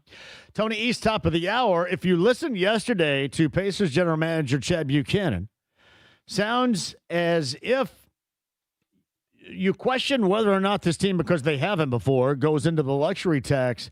He made it sound like that was more than a reasonable option. And part of me thinks this way, because the response, for example, from Kevin Pritchard was as profound as it was in social media regarding the disappointment, understanding the fans and their disappointment of the NBA draft lottery. And number 5, and surrendering that selection to the Clippers, and then the haul for the Clippers in return for Ivica Zubac. I would say this, it would seem like in the next 2 years that I'm not suggesting that they don't act this way in normal protocol anyway. But I think it would stand to reason that it's going to be even more magnified now, that the term by all means necessary is going to be as accurate as ever in the next 2 years. I mean, considering the uncertainty / cloudy / fubaric nature after the 2-year window that we're talking about right here, and I mean by all means necessary. Is that fair to say? As much as you can do. And again, I do want to be clear to you. I'm not suggesting they don't act that way under normal circumstances. I'm just going on the reaction and then the response to the disappointment. And if you listen to Chad Buchanan yesterday a couple of different times when we brought this up, the luxury tax, and the apron and going over, because there's not a lot of room right now. Our dialogue yesterday went, I thought, well beyond what is obvious and you can do to, hey, here are some things we can do for the next 2 years without compromising the core that we like and the belief in that core that we like. If that is fair to say. And I think it is. Tony East and I have that discussion coming up here at the top of the hour. And hopefully and I'm assuming he does great research. I kind of want to know what personnel we might be talking about here. Anybody have anybody in mind? What the personnel might be. It's what I'm hoping. All right, I know we get an incredible forecast, James, right? An incredible forecast from Fox 59. I don't know who the guy that's been doing it. I know Wilkes. That wasn't Wilkes. What was that guy's name? Ryan Spitzer or something like that? Ethan Rossick. That's close. Ethan Rossick. See, here's why does Hagan not jump in and just do one for the hell of it one of these days? Because he's not out of bed yet, probably. He should, though. He should absolutely. I don't know why I shouldn't. Absolutely. So I gave a reference a little bit earlier to the BAM weather dudes. And these are, I think, good guys, but they're very much so weather dorks. They are hardcore dorks. They go after the forecasters around here with vitriol. They want to fight them, and believe me, if they had the capability of whipping anybody's ass, they probably would, but they don't. So they're pretty passionate about I think accurate weather. They've got They are very knowledgeable, and from what I gather, good dudes, but I think they're incredibly dorky in terms of how much they love the weather, which a lot of people would suggest I am too with 80s music. They go, man, this dork knows when Baltimore, where they're from, what? So we're one and the same, just with different subject matter. Different strokes. Yeah, right. So my friend Doug, and a shout out to Doug, who got us another generator for the Bronze Fun Time Camper coming up on our live show and the live location in lot number 6 coming up next week. More details on that. And by the way, Austin Braun, shout out Braun's Fun Time Campers off of Pendleton Pike. Go there right now. Tell them what we sent you. And if you want to have some summertime fun, there it is with a Braun's Fun Time Camper. So our friend Doug got another generator, so we're going to be good to go. We got generators all around. Here is the BAM weather forecast. The deeply rooted forecast of the BAM weather knowers. Shout out to them. Thursday the 21st. High of 82. Sunny. Friday the 22nd, carb day. High of 82, sunny. Saturday, I don't have the Sunday race day, but Saturday they have 82, the high, and sunny. Does that match what you're seeing right there? I'm not trying to Bill Meck anybody around here, and if you guys have lived around here long enough, you know what I'm talking about. Former Channel 13 meteorologist. What was that high on Sunday? I don't have a Sunday. I just you goes don't through have a Saturday. Sunday. What do you Gotcha. have for Sunday right there? Sunday, the BAM I does not had- go with fun. Hey, BAM, weather dorks, give me the Sunday here too. Sunday, let me get back to it here. I have 81 and partially cloudy. 81 and does it have more of the sun than it does the cloud? This is important to me too because I can't have last year was fun, but it wasn't as fun. I was wearing pants for God's sake and long sleeves. I can't be wearing pants. Who the hell am I on race weekend wearing pants? I was unrecognizable in pants. Go ahead. 57% humidity. It looks like it just says partly cloudy. I can't tell if it's more sun or more clouds. 24% chance of rain, though. 24. So that's not Not bad. Not terrible. Now, again, we are still well over a week away. But if memory serves, we kind of knew the cruddy weather, and it was, you remember, because a Thursday of a year ago is, I believe, going to be the ultimate, and it's unfortunate, the anniversary of Jim Irsay passing away. Because we were at Dawson's on Main with Brent Halverson, and then that news came down. I want to say tonight, is that tonight, the 1-year anniversary of the passing of Jim Irsay? No, he passed on May 21st. Okay, so it's a little Next bit further. week. But I guess just in terms of the day that it was on a Wednesday, and then on a Thursday, we were at Dawson's on Main, and I went rocking a jacket. I was wearing a jacket on Thursday. Now, Friday was a little bit better, but not great. Saturday was the best day, and then Sunday wasn't good at all. It was just cloudy the entire time and cold. Yeah, carb day for now, according to this, at least right now, carb day, high of 73. And then Saturday, looks like it's going to be raining, but a high of 76. This Sat or the day after carb day, the 23rd. Okay, so this is this year. Yes, this year. This is not what the Bammers don't say that right here. The Bammers have it sunny and 82 on that Saturday. That differs from your forecast. Yeah, I got a chance of a shower or two in the morning on that Saturday. We're going to see who's right. Yeah. Should put bets down on who's going to get it right. I will tell you this. You guys climb up my rear end about being wrong about everything, so I'm going to climb up everybody else's rear end about being wrong about this. Right? It's only fair.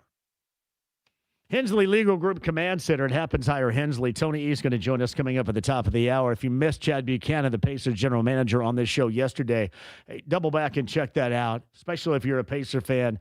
1075thefan.com. You can find it right there. One NBA game later on tonight. The incredibly boring-ass series on the Eastern Conference semifinals between the Cavaliers and the Pistons. They are tied at 2 games apiece. It is the only NBA game postseason-wise in town tonight. 2-2 in that best of 7. 8 o'clock later on tonight. Again, the assumption that's ESPN on a Wednesday. The Fever in action, 0-1 on the season, and home opening loss to Dallas this past Saturday. 10 o'clock pregame coverage here on The Fan later is on the Fan later on tonight, right? Right here. Later on tonight, 10 o'clock. 10:30 is that tip time. They are in L.A. against the L.A. Sparks. A little bit more about that with Tony East coming up at the top of the hour as well. The AAA Membership Lounge via YouTube Live. The 500 is sold out officially. We have tickets for you coming up. If you don't have tickets and you want to go, your chance to win those tickets coming up. Don't go anywhere. AAA Membership Lounge via YouTube Live, 93.5, 107.5 The Fan.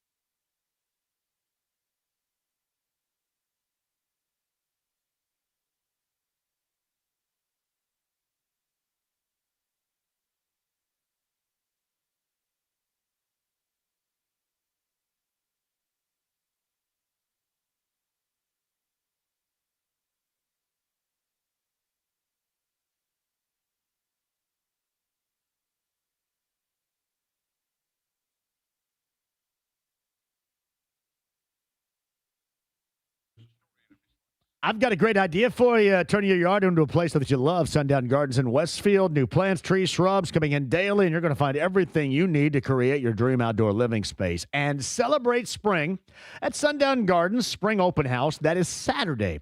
Come meet the Hamilton County Llamas from 11 until 1. The greenhouse, nursery, and gift shop are fully stocked for you, too. Door prizes and giveaways for the entire family. That's Sundown Gardens in Westfield, 186 and Spring Mill Road. How about down south near me? Celebrate spring at Miss M's Spring Open House. That is on Saturday off of 135. Stop in for the live music from 11 until 2. You're going to get lunch. And by the way, this place is awesome. The Yellow Rose food truck is going to be there. And you're going to get wine from my good friend Bill and Mallow Run Winery coming up as you celebrate their Saturday open house with door prizes and giveaways for the entire family. That's Miss M's Home and Garden, State Road 135, just south of Whiteland Road in Bargersville.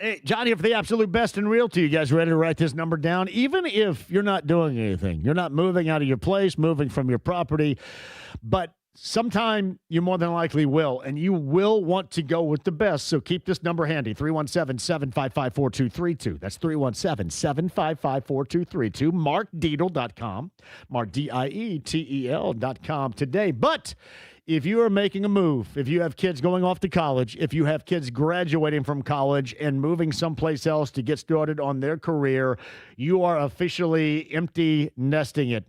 And you're ready to do something about it. You're ready to downsize. Mark Dietel is the person to call, and you can do that right now at 317-755-4232. Mark Dietel's the only real estate expert I trust and recommend with the sale of my home. Mark Dietel guarantees your home sold at a mutually agreed upon price and deadline, or he will buy it. Pick your move date. There are no long-term contracts, and you can cancel at any time. So whatever the case, you make sure that you keep this number handy. 317-755-4232. The best in realty is Mark Dietel. MarkDietel.com, MarkDietel.com today.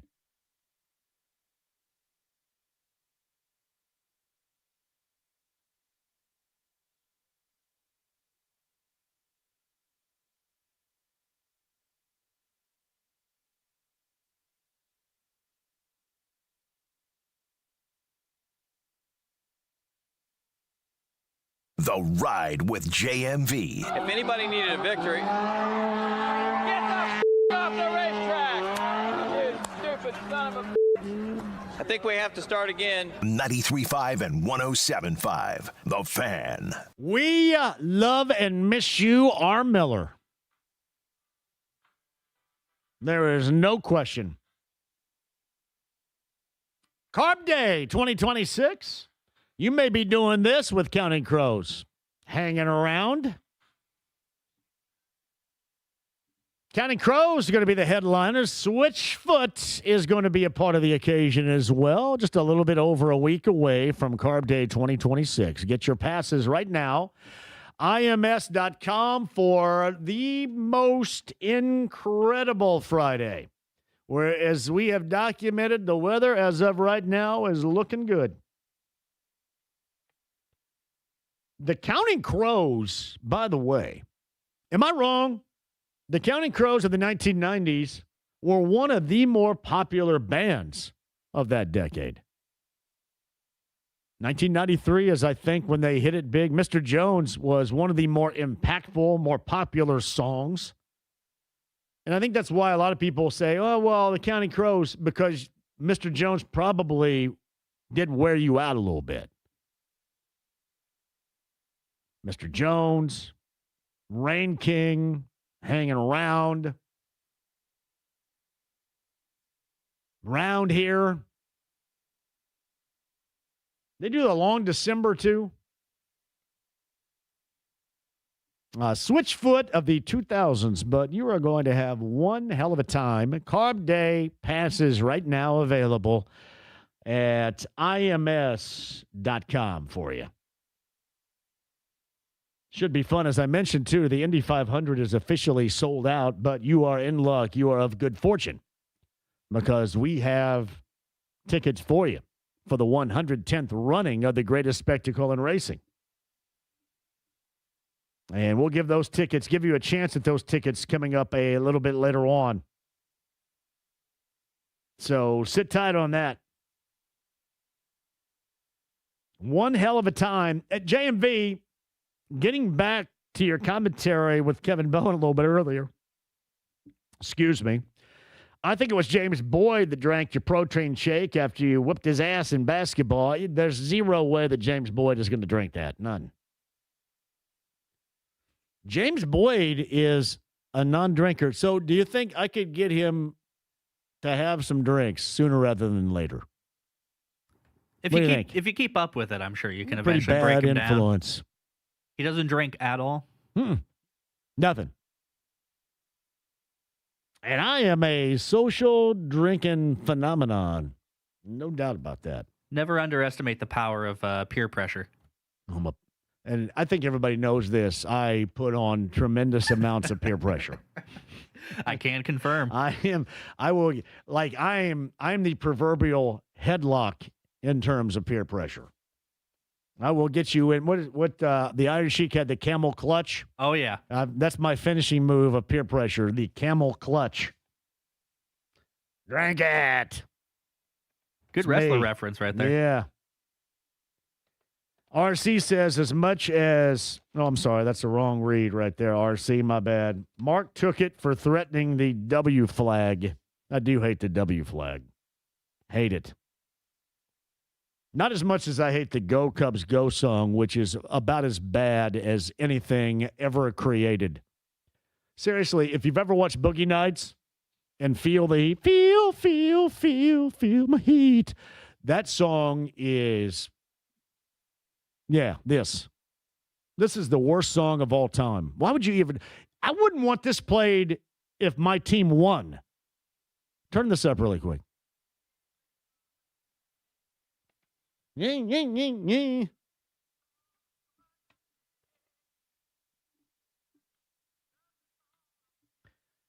is so dorky. I get that you guys are Cubs fans, and that's too bad. You guys as Cubs fans, because you're prominent, you're active, you deserve a better song than that. Meatloaf has better music than that. That's awful. Go Cubs, go. And we're talking about the same city. and another professional team. You go back to 1985 and the Super Bowl Shuffle. The Super Bowl Shuffle is like Sinatra-esque compared to that crapola. Actually, the Super Bowl Shuffle hit, I want to say Billboard, not just the Hot 100. I think it slid inside the top 40 upon release in late 1985. I believe that to be true. James, highest point for the Super Bowl Shuffle. It peaked at number 41 on the U.S. Billboard Hot 100. 41, so it was a smidge off the pace, almost got recognized in American Top 40. It did get a certified platinum for sales over 1 million units, though. And I mean, really, it was awful, too. I mean, it was almost fun. Like, Steve Fuller's part was incredibly funny, but it was awful. Gary Fensick's part was great, but awful. It is Sinatra-like compared to that. It's like the Beatles compared to Go Cubs Go. Can't believe you guys dig that. Even if you are a fan of the team, the Hensley Legal Group Command Center, it happens. Hire Hensley. Thank you for joining us, and I do want you to become a AAA member today. That's AAA.com. Open Road, having your back. That's my good friend Matt Goins in AAA. Log on or download the app to your smartphone today. Make it easy. That is AAA.com.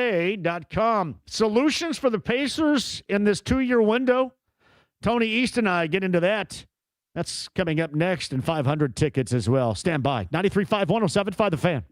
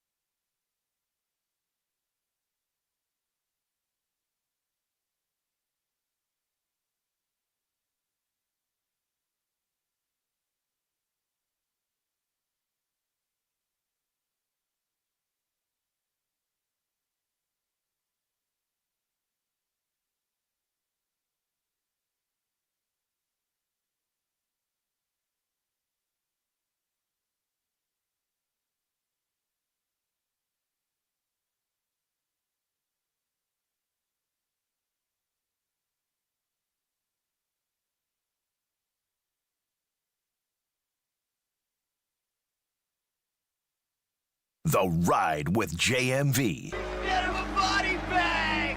Yeah! All right. 93.5 and 107.5. The Fan.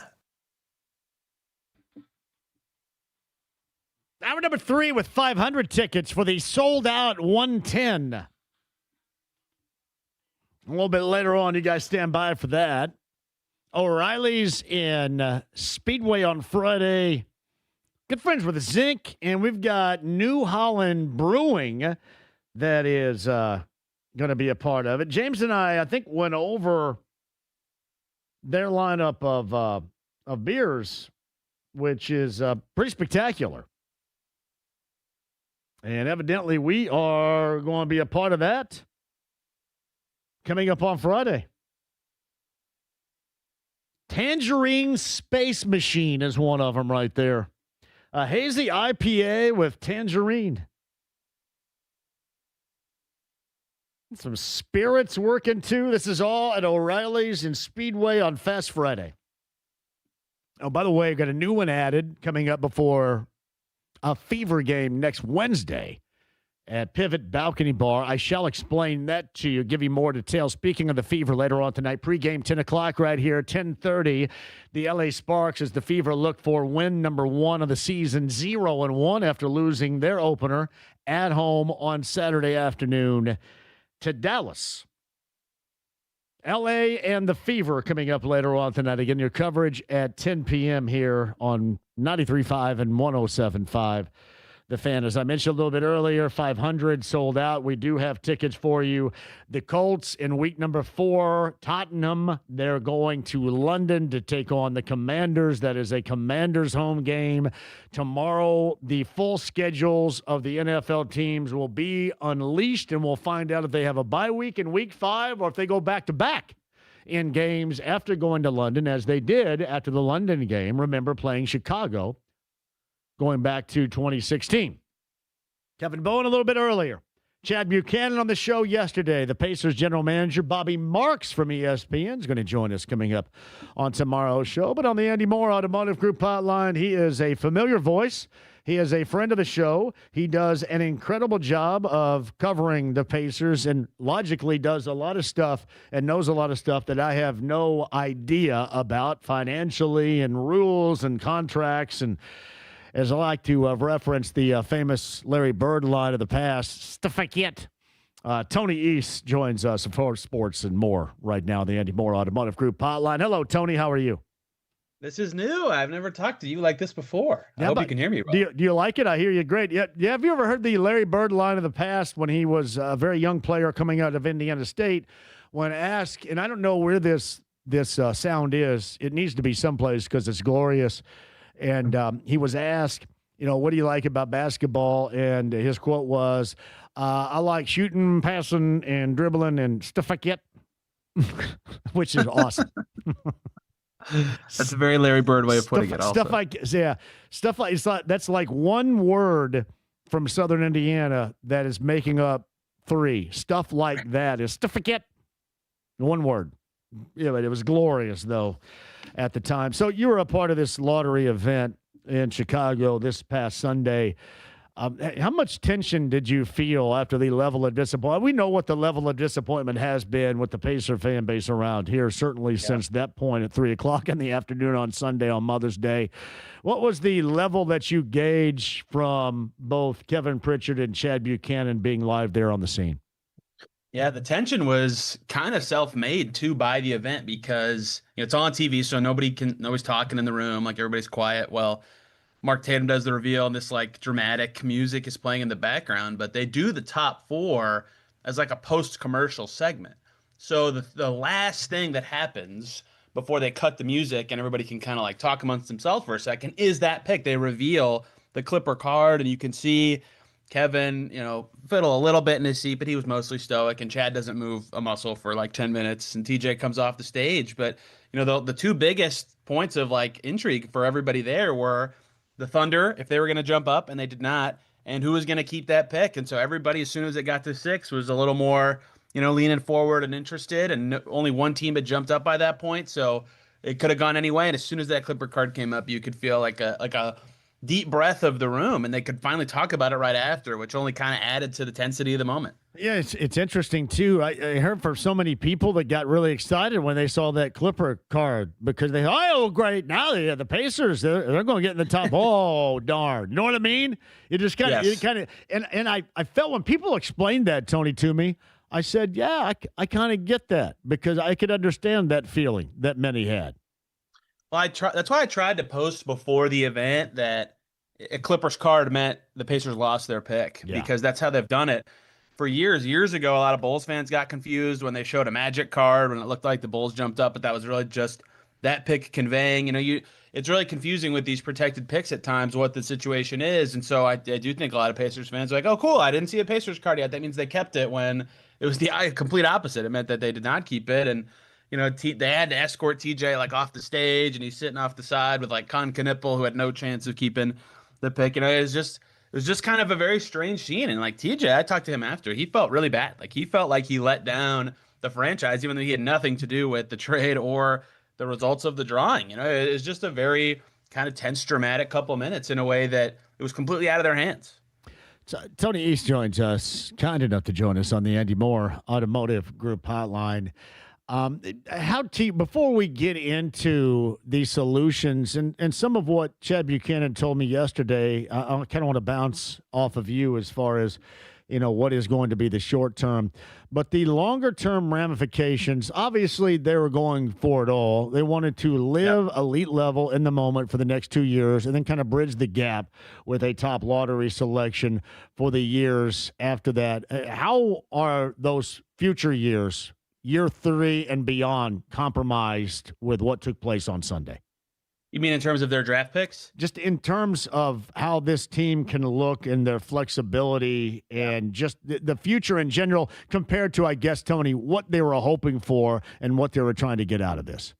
Yeah, obviously a top 4 pick is a massively valuable thing to add, right? And so, of course, if you're them, you would like to get that. But, what they've talked about now is in terms of immediate, maybe not benefit, but in terms of immediate options and how this looks is, I'm sure Chad touched on some of the stuff yesterday. They might be able to use some or a good portion of the mid-level exception, and that can get you let's say, rotation level player. Like, for example, some guys they've signed using the mid-level exception since I've been covering the team. Justin Holiday got it two years in a row. Well, he got the room exception 1 year and then the mid-level exception the next year, and he was always like, a solid enough bench player. He was in their playoff rotation, for example, right? So that's kind of if they use the tax pyramid level, what you can expect. And then what Kevin has talked about, and Chad mentioned this, I think, with you, is that the benefit in terms of trading stuff to like get a real thing would be now, obviously, again, they'd prefer the top 5 pick. These are not better alternates, but they only have one future first rounder out the door now in 2029. And in future picks, you can not trade 2 years in a row, but you can trade multiple in one trade. So they could now, as soon as this draft is over on June 25th, they could trade 2027, 2031, and 2033 in the same trade. That would not have been possible otherwise. So they only could have traded 2 of those, and after next year's draft, it would go down to 1 for a little bit there. So in some ways, they do have a little bit more they can do, but they're losing a top 4 talent that would have been on a rookie scale deal that if you hit a player, you get with that. You get a really great contract. Like Victor Wembanyama is making barely over Aaron Nesmith money right now to be one of the best 5 players in the league because he's on his rookie deal. So there's just a lot of they lose a lot from it, but they'll have to use these resources. They have to, like they've talked about with everybody, that they view this as a championship window. That's why they got Zubats. They believe in Halliburton, and that's true. They're really good. They made the finals, obviously, but to follow through on those words, like you have to use these resources to make the team better when you can. And so how they actually do that this summer will be the next tell of what they feel about the team. Yes, Tony East covers the Pacers and the Fever for Forbes and more. He's on the Andy Moore Automotive Group hotline. I've mentioned just in general terms that they will go all out. I felt that the impact of that disappointment was, again, so profound, especially in Kevin Pritchard's response via social media to the fans in general, that they are going to do by all means necessary in the next 2 years to make this a championship level team with their belief in mind. So help me sort this out. Outside of how you just explained it, How do they go above and beyond? Is that possible, or is that just like wordplay out of me? Is what you described basically what they can do, or can they do even more? Because it did feel like both team president and general manager with me yesterday felt compelled to do just that. What can they do to go above and beyond, as I stated?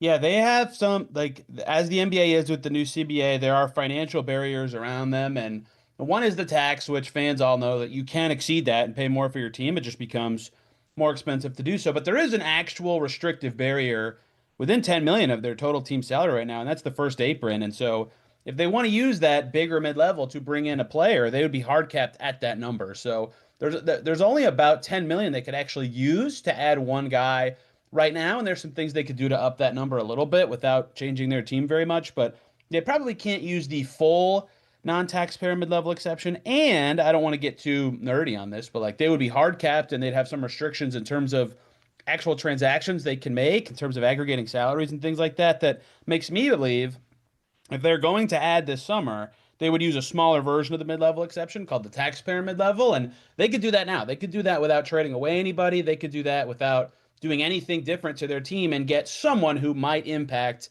their rotation. Basically, the line would be, if the player they're signing is not better than Ben Shepherd or Jarris Walker, they're not worth adding to the team, right? They have to actually be somebody who would play in the rotation every night and give the Pacers a new element to be worth it. But they do actually have resources to do so. It's just not necessarily right this second a huge one. If you're a fan and you're hoping the Pacers will now pivot to free agency and sign somebody legitimately good who like could close games maybe in the right situation or things like that, you would like the Pacers to shed a little bit of salary to get some more, financial flexibility, whether that, and to me, that points squarely at two players. That's Jarris Walker and Ben Shepherd, the two guys I said earlier. But if they don't care about shedding any money and they just are willing to add, then they could use that mid-level and get, a decent 8th, 9th, 10th guy on their team without having to give up anything at all. Hey, Tony, do you have a theory? And with that theory, do you have any player possibilities, any names you think could fit and could be targets coming off in what is going to be, even with what they have to work with, certainly a very important offseason? Yeah, it's clear what they could use, given what they've lost the last few years since their first conference finals run, right? The guys out the door of consequence or in the rotation are Isaiah Jackson and Jalen Smith.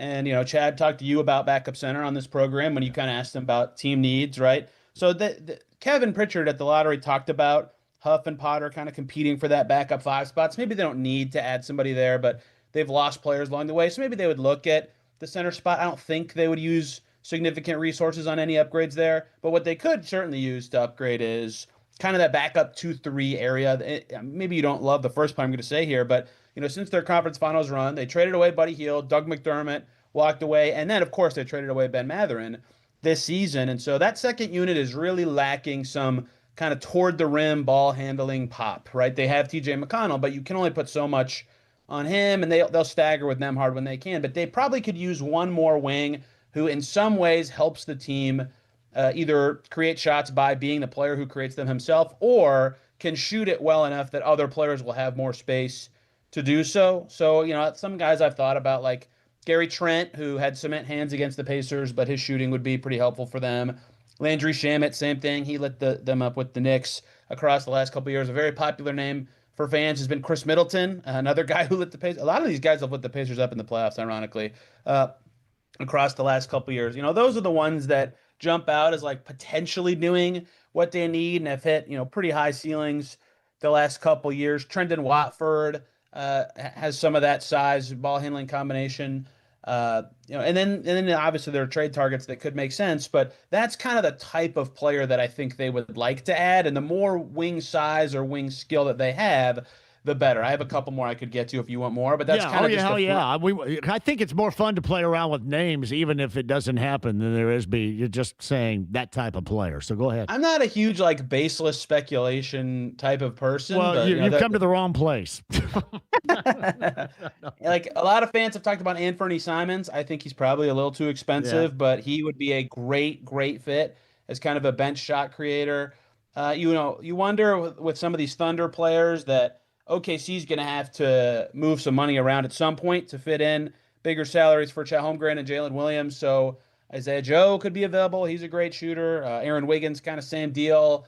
A couple other guys I've like thought about if they would get traded or bought out would be like Kentavious Caldwell-Pope, Ty Jerome, old friend Buddy Hield, Corey Kispert. Just to rattle off a few guys that seem like they would fit the price range and could wiggle free, but in the trade case or the buyout case, it requires cooperation from another team that makes it a little bit harder to kind of frame how that would go for the Pacers. Yeah, and I wonder how much cooperation they would get because they're described as a team that, well, you're getting off a championship, a so-called close to championship horse, and then you have a gap season, and then everybody believes them to be back on. So you kind of wonder, where you're going to find a level of cooperation unless, that team is dealing out of serious need, Tony.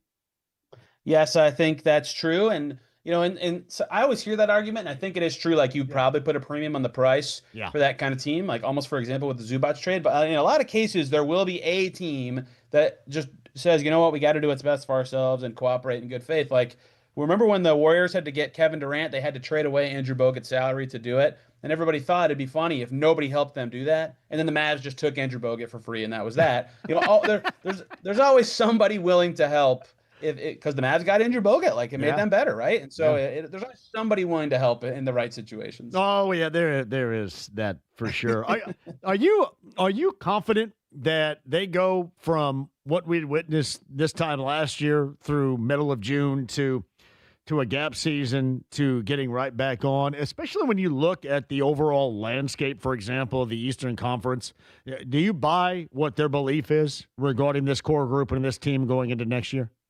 I mean, it's all on Ty, right? And they've kind of said that we get Ty back. The front office has said that, and they think they'll be good to go. And if he is, I asked him that to his face at his Eggs interview if he thinks he'll be as good as he was before, and he said yes. And so, if he is to be believed, then yes, I would be confident. I mean, they have yet to lose a series that Tyrese Halliburton finishes healthy, right? They're that level of good come postseason time. And obviously, Siakam took no steps back last year. If anything, in his 30s, he's getting better. Nesmith and Nembhard are going to be great. So I mean, there's maybe some questions about Zubac. I don't really have any, but I know some fans do. But if Halliburton's great again, yeah, they should be awesome, right? Their depth is clearly good. Their system and ecosystem work. As long as they can fill most of what, Mathurin provided, yeah, I think they'll be pretty good next year. And the East has given little to inspire any threats unless the Knicks look better with Mike Brown and this kind of new passing offense to everybody. And they are better, but how much better is it enough for them to beat the Pacers after losing to them twice? Who knows? So I think as long as Halliburton is 90% plus of what he used to be, yeah, they'll be pretty good to really good. But if he's not, or if Zubac is a very, very poor fit, which I don't foresee, but I do understand at least the questions about it, then they might have some hurdles. But I'm pretty confident they'll be at least pretty good next year, if not much better than even that. Yeah, you just mentioned the baseless considerations you don't like to be a part of. I want to lob you another one. Oh, no. I can't help myself. I was talking to Kevin Bowen about this a little bit earlier, and I guess this comes down to a comparison to somebody who's gone now, and Miles Turner, but did help them out a great deal as a big, provided pick and pop, at least a threat. Even if he didn't knock it down, he was a threat. Yeah, you had to guard him. You had to close out. You had to know that he was there. And it was the same thing going for his shot blocking ability or his rim protection, which wasn't what it once was, but the threat was still there, and you couldn't have a layup line to the rim against him when he was on the floor because of that threat. Would the Pacers have been down the stretch in the postseason a year ago, you think, the same as in terms of winning and where they went to the NBA Finals with Zubac as they were with Turner? Is there a fair nature to compare and contrast there at all with how winning happened for them a year ago with Turner? Yeah, and Turner, like as not good as Turner was in the finals, like he was quite good against the Bucks 2 years in a row, and he was quite good against the Cavs, against teams that his shooting was more important against the kind of the big man coverage they had. And he made shots against the Knicks. He didn't really impact the game in a lot of other ways. So it's just different that Zubac does totally different things, right? So all those games that, for example, the Knicks' best lineup to me against the Pacers in that series last year in the conference finals was like Brunson wasn't even on the floor. It was Karl Towns and 4 shooters, and Karl Towns just kicked their butt. Would that have happened the same way if Zubac was out there? Who knows? Maybe they would have put Zubac on Josh Hart, like some teams have done to the Knicks for years. So it just would have been so different because they have very, very different skill sets in terms of how that worked. But, you do wonder in a series where like Chet Holmgren struggled in the finals, Hartenstein was okay. Like if Zubats would have done much better than Turner in that specific series, how that would have shifted things. So it probably comes out in the wash just matchup wise to me. But like 2 years in a row,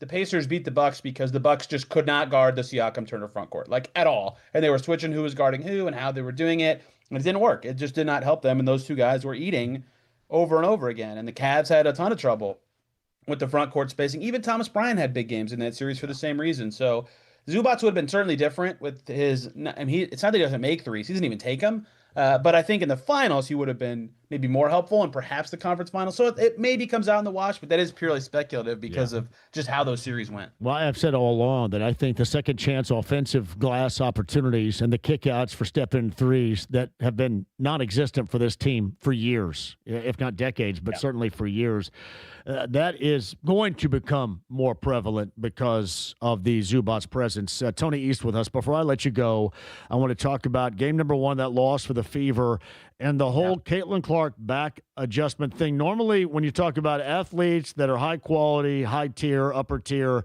that have back concerns, that is problematic. Where is this right now with how they're dealing with it and with their star, Caitlin Clark? Yeah, my answer would be very low problematic. I mean, it's not like nothing when you're going back to the tunnel more than once in a game, but my general current impression is that it was like that is what was happening during the game, and they wanted to deal with it. But like I've seen her with that heating pad, and like, lots of players wear that heating pad on the bench many times. Tyrese Halliburton wears that thing, right? Yeah. It's not to say it's good necessarily that someone needs it, but I got the impression that it was a low, if any, concern thing beyond even that game. And it's her first. She played 30 minutes. That's the first thing Stephanie White said is like she played 30 minutes. She was fine. Clark seems to be totally fine about it post game. So if it like influenced their sub patterns in the game, maybe it mattered for the result of that one game. And it was her first major minutes tight game for since last July. But I am under the impression that it is of very little, if any, concern going forward. Biggest concern right now is out of that game number one was the lack of defense. Giving up 60 in the first half.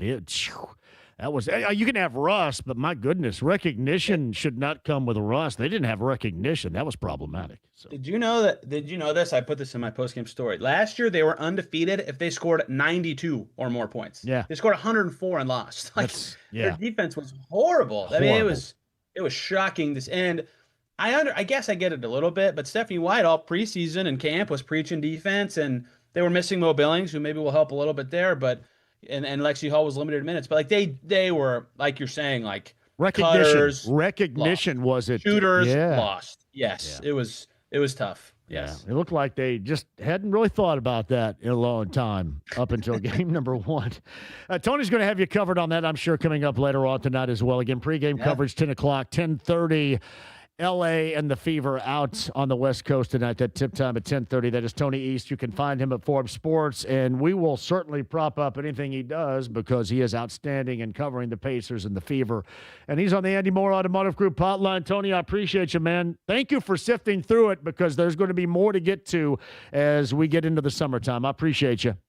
Plenty more. Thank you for having me, guys. Tony East on the Andy Moore Automotive Group hotline. We shall take a break. There's a lot to digest right there. We'll double back with you on the other side. 500 tickets for an event that is officially sold out.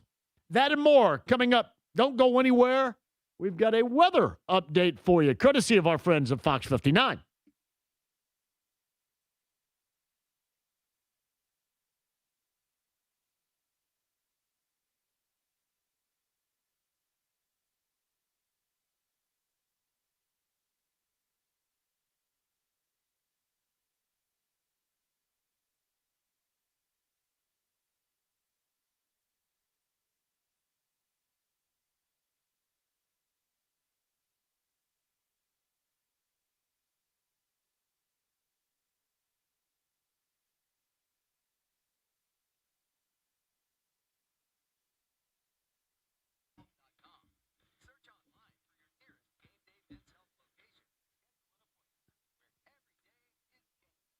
I'm John. Got you covered, just like Big Red Liquors throughout the state of Indiana has the power of the JMV takeover every Saturday night, the all request Saturday night on B105.7. How about some of the big finds of the week at Big Red Liquors in all of their locations, including Pendleton Canadian Whiskey? Get this, $10 off.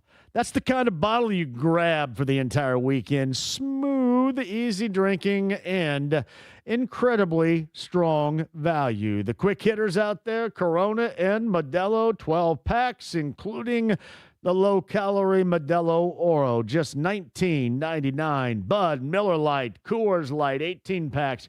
You're going to save a couple of dollars off of that, too. And if you want something a little bit heavier, Guinness, 8 packs. $5 in savings. You'll find it at Big Red Liquors. 19 new Indianapolis area locations, a part of 100 plus throughout the state of Indiana, and it powers the JMV takeover every Saturday night on B105.7. For the red hot deals and the location nearest you, log on bigredliquors.com.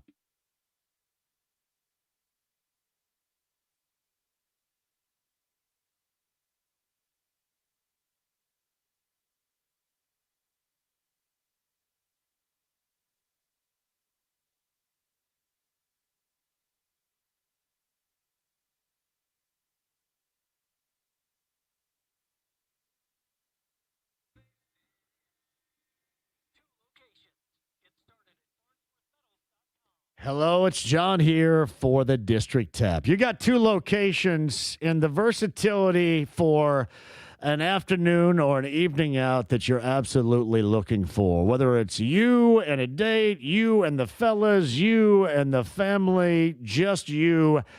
That's the place. TVs everywhere. Happy hour specials going on right now. Damn good food at both locations, North Side, Clearwater Crossing, and a block from the field house downtown at the Epicenter. I'm talking the epicenter of downtown, the District Tap. Again, you're going to find everything that you need, including live music. The entertainment is all going to be there. And if you need a room, if you need a spot for a party, they've got that for you. Plus, maybe you have an event coming up, a graduation party that you need catering. Maybe it's a race catered event. The District Tap, they've got you covered. Two locations. You can find it online. Michael and the gang, easily accessible. That is thedistricttap.com.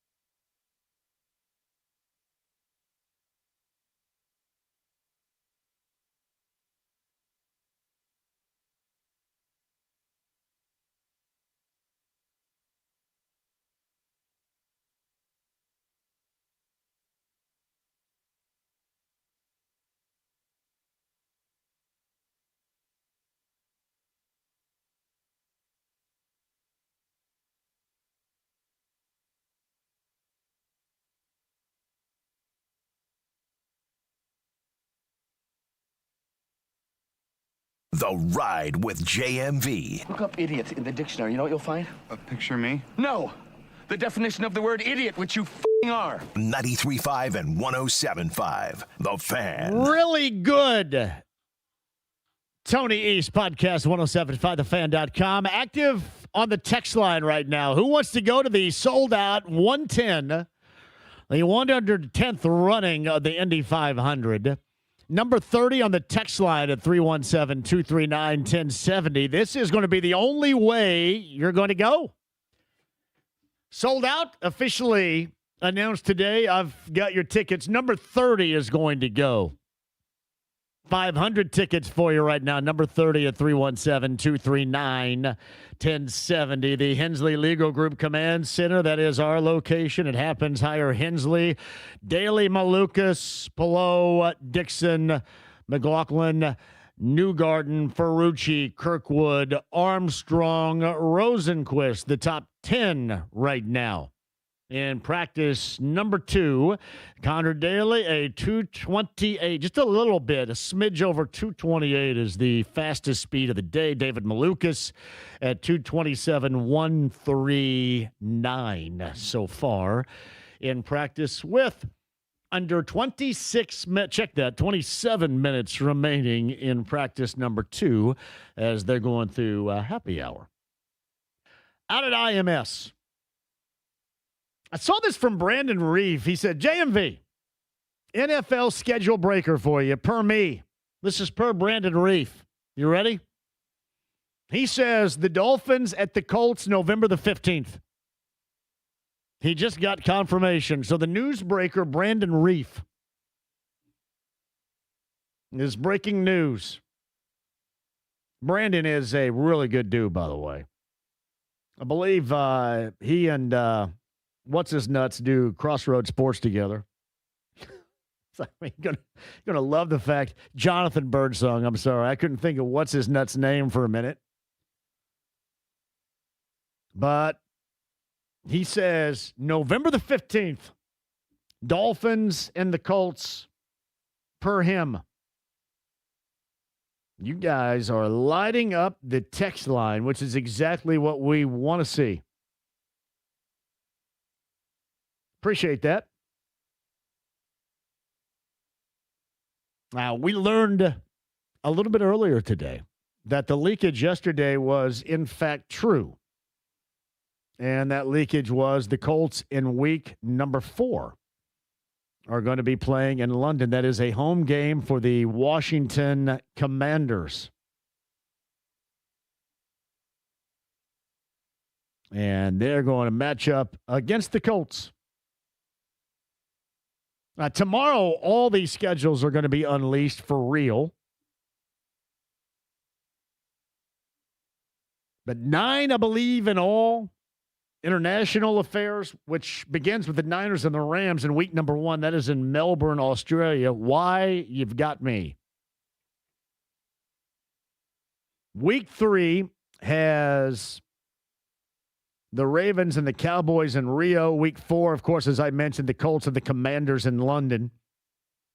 3 games in London, including the Eagles and the Jaguars and the Texans and the Jaguars. Steelers and the Saints in Paris. The Bengals and the Falcons in Madrid. Patriots, Lions in Munich. Vrabel's going to cut loose in Germany this year. Patriots and Lions in Munich, and then the Vikings and the 49ers in Mexico City. The full schedule announcement. Now, normally the Colts put out some kind of interesting, entertaining video. Yeah, you're asking me, do I think that the Colts get a Week 5 bye after the London trip? Now, going back to 2016 when they played in London and lost to the Jaguars, remember they did not have the bye week, and logically speaking, they probably wouldn't want the bye week that early in the season. So I would doubt it. We'll find out a little bit later tomorrow, but a shout out to Brandon Reed. Dolphins and Colts, he says, November the 15th. We'll see if that turns out to be accurate right there. JMV, you said you're going to be out in Speedway coming up on Friday. Do you have the location? Indeed, I'm at O'Reilly's in Speedway. That is very easy. And we're going to be there with New Holland Brewing, our friends from Zinc. Lake Life day drinks. That's something else that will be consumed out there. Peach mango, cherry limeade, blackberry lemon, and pineapple citrus. That is Lake Life day drinks. Going on with New Holland. With a number of beers as well. They got really everything across the board. We'll get more into it when we're out there coming up on Friday. Some of the beers, by the way, as we mentioned a little bit earlier, they've got a variety, including Tangerine Space Machine. The Poet, James, was the one that is an oatmeal stout. I don't think I've ever had an oatmeal stout. That just sounds too heavy for me, especially on a warm day. That sounds heavy duty. For real. Uber Space Machine. Hazy Imperial IPA. But yeah, that is going to be our location. I'm looking at the year-round. There are some seasonal certainly here, but a lot of year-rounds. Tangerine Space Machine, Uber Space Machine, Peach Space Machine, the Mad Hatter Midwest IPA, all of those in the year-round category. New Holland Brewing Company, that's us coming up in Speedway at O'Reilly's on Friday. In fact, on Fast Friday. So you all can join us. That's that. Going to be a great time for real. Yeah, I mentioned with Tony East, you got the Fever coming up later on tonight. 10 o'clock is the pregame show right here on the Fan. 10:30 is that tip time, the Fever and the L.A. Sparks. Kind of an odd date. You go out to L.A. for one game, out west for one game, then you're back coming up on Friday with Washington, Seattle on Sunday. And I should mention this, on the road for us on Wednesday the 20th, at Pivot Balcony Bar downtown. I'll have more details to you coming up on tomorrow's show, but that is next week, next Wednesday, a week from today. We're back at Pivot Balcony Bar, a spot that we absolutely love, and that is going to be in front of the Fever hosting Portland. And is next week on the 20th, with details coming up. And a quick shout out to Bronze Fun Time Campers. You know this to be true. We're going to be out there from Carb Day all the way through the race, lot number 6, which I have got all the details, I think, in order right now.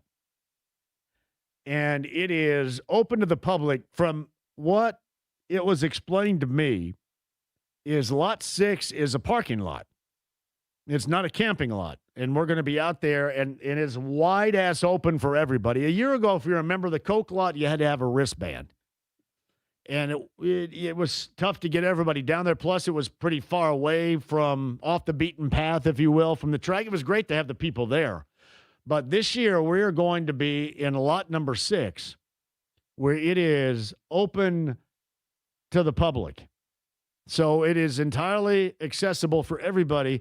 If you're a fan of this show or you're a fan of the All Request Saturday Night JMV Takeover, I would love to have you out there. Bring your chairs, bring your blankets, bring yourself, bring your beverages, bring your cooler. DJ Skids will be taking live requests out there as well. Dan Pantos will be back here running the show, but we'll do our normal thing. That is a week from Saturday with the JMV Takeover in our Bronze Fun Time camper in lot number 6, just off of Georgetown. It is right there where you walk up and down Georgetown. The easy access. And that's going to be awesome. And again, that is coming up. We're going to be there Friday through race day, but certainly on that Saturday night, the JMV Takeover for everybody. That should be an absolute blast.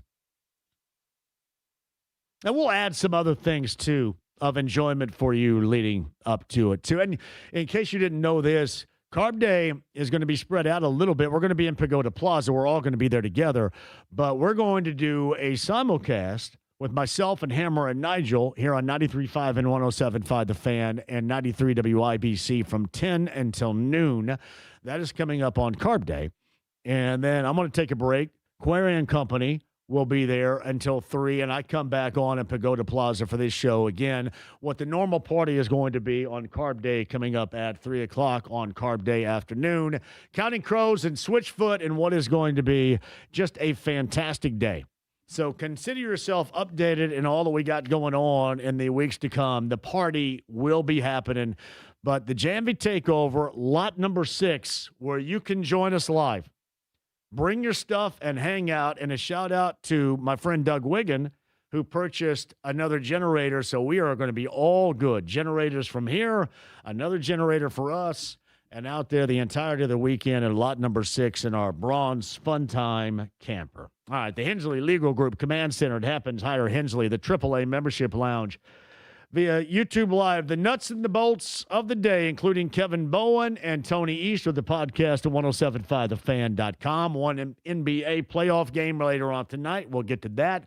One NHL Stanley Cup playoff matchup later on tonight. We'll get to that.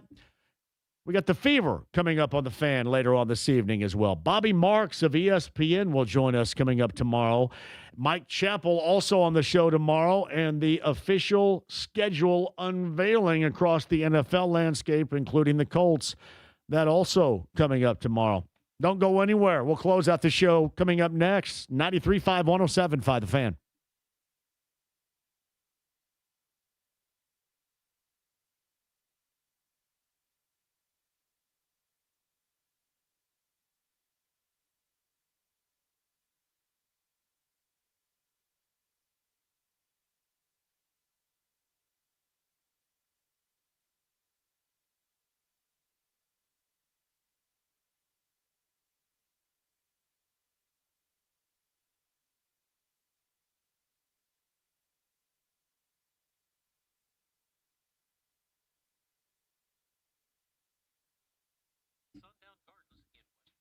Hey, John here for Big Red Liquors, powers the JMV Takeover. As I mentioned, we're going to be live out in lot number 6. Regular show coming up this Saturday, but we're going to be out next to IMS coming up on the night before the 500. And Big Red Liquors will be a part of that event as well, and also a part of your existence going into Fast Friday and qualifying weekend this weekend, including Pole Day and then Carb Day through Race Day. The celebration starts at Big Red Liquors. Big Red Liquors with 19 new locations in Indianapolis and great deals like this. Maybe a little bit something different. Twisted Tea, family packs, including the new Extreme variety. You will find a great deal of savings for that as well. Corona and Modelo 12 packs. You're going to save big, just $19.99 cold. And Pendleton Canadian whiskey. How about this number? $10 off, something that you can embrace.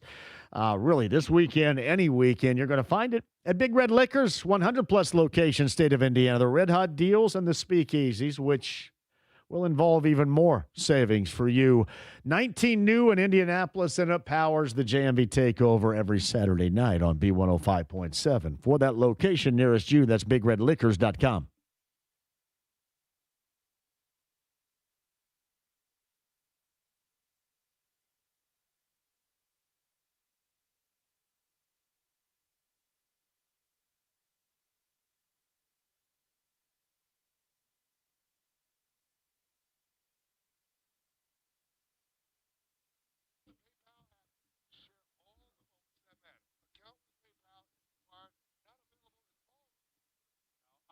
I like hanging out outside around my house, and I love it even more because of Premier Deck Coating and what they have done. The performance on the back deck has been masterful indeed. It looks spectacular. Live right up next to it, hanging out on top of it, or the curb appeal that is absolutely can't miss. Are you looking for the same thing right now with your outdoor living space in virtually any color? The slip resistancy you're going to have without scratches, and honestly just looks really good.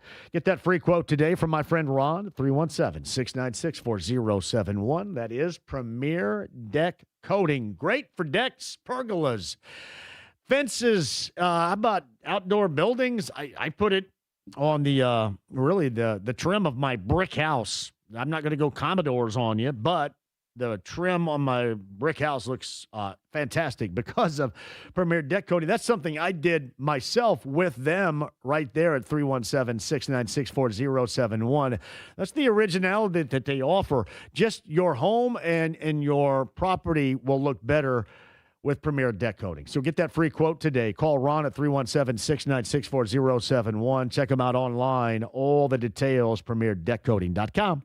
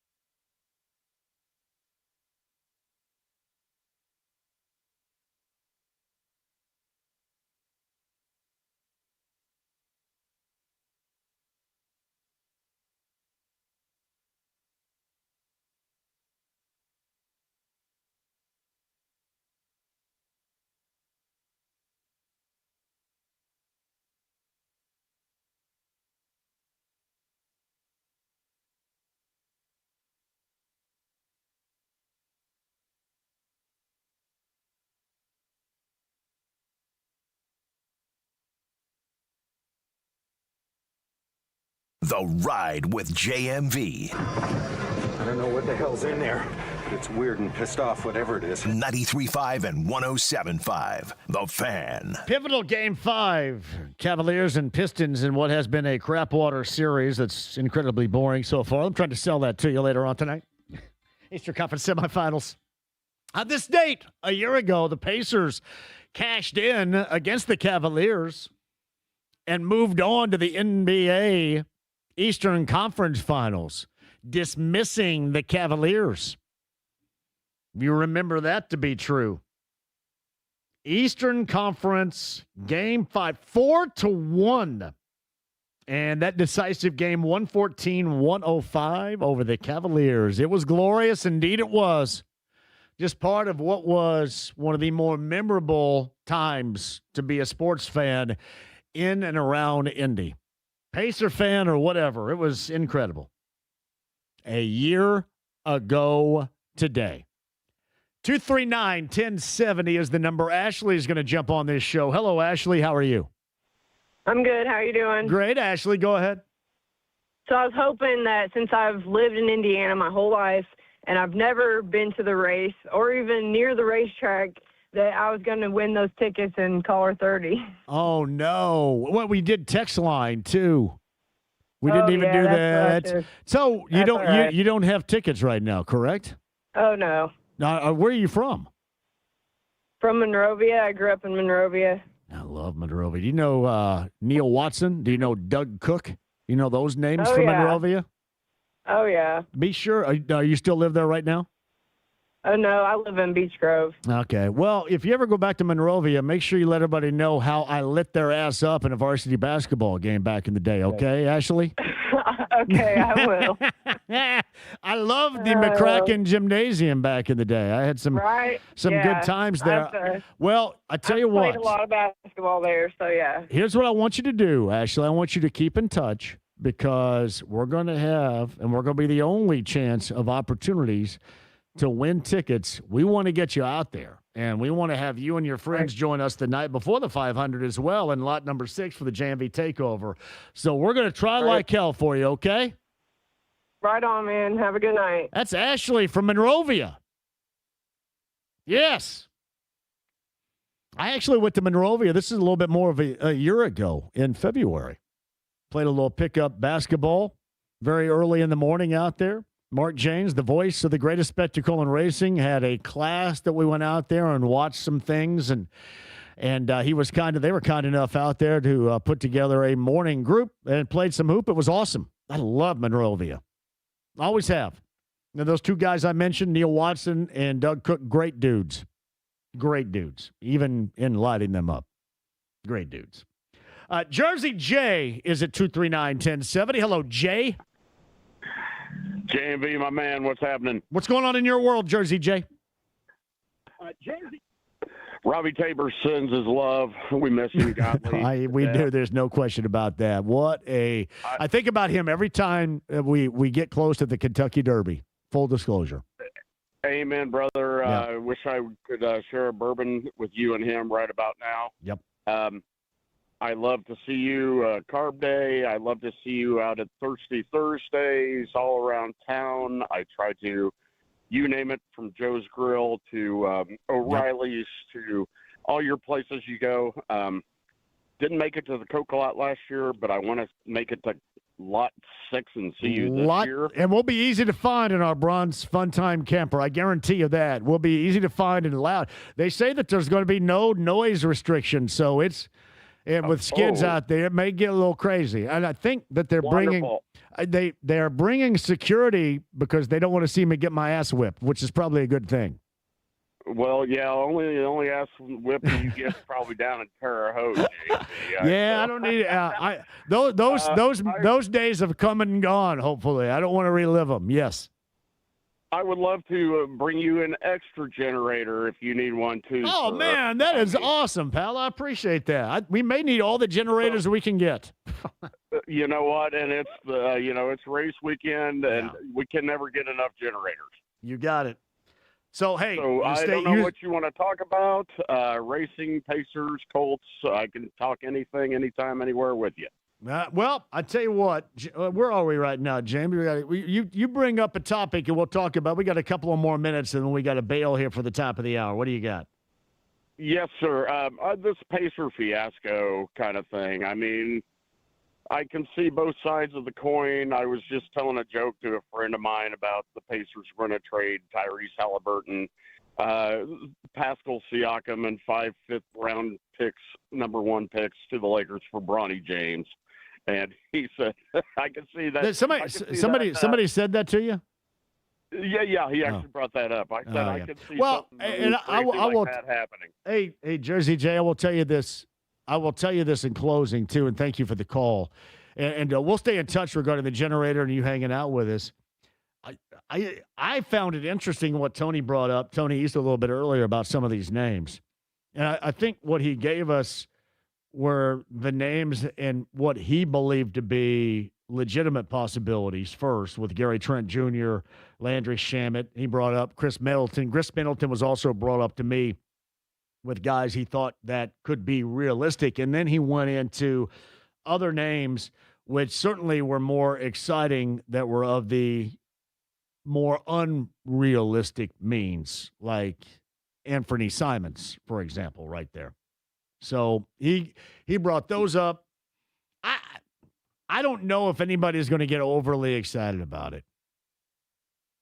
It is so much going to come down to this group led by Tyrese Halliburton being what the expectation is. The reason behind all of this is because the belief in that group.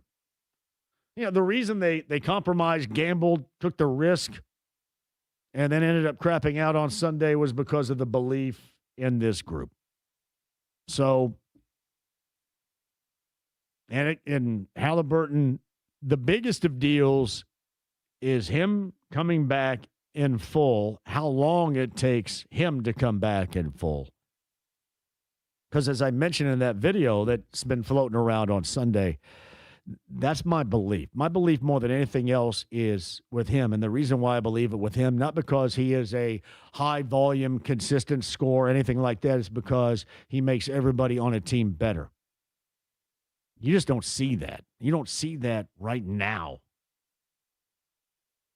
especially in the Eastern Conference. That's another aspect. We'll get to that and more coming up on the other side. If you're on hold, I'll get to you as well. Sit tight. We got an extra 6 or so to go on the other side. Stay right there. AAA Membership Lounge via YouTube Live at 93.5 and 107.5 The Fan.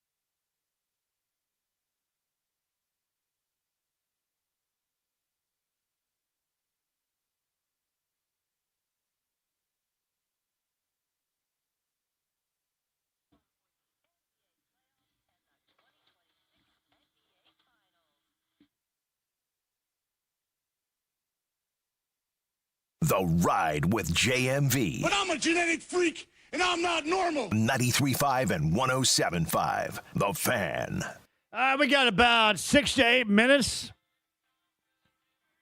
Take some more calls if you go on to do some anything goes here at 239-1070. Thank you all for joining us on this Wednesday. Now, one more day in studio tomorrow, then off to Speedway for Fast Friday at O'Reilly's. Cannot wait to see you there. New Holland Brewing is going to be with us. Friends from Zinc are going to be out there. It is going to be what I like to describe and what has often been described from Greene County, Indiana, a heller.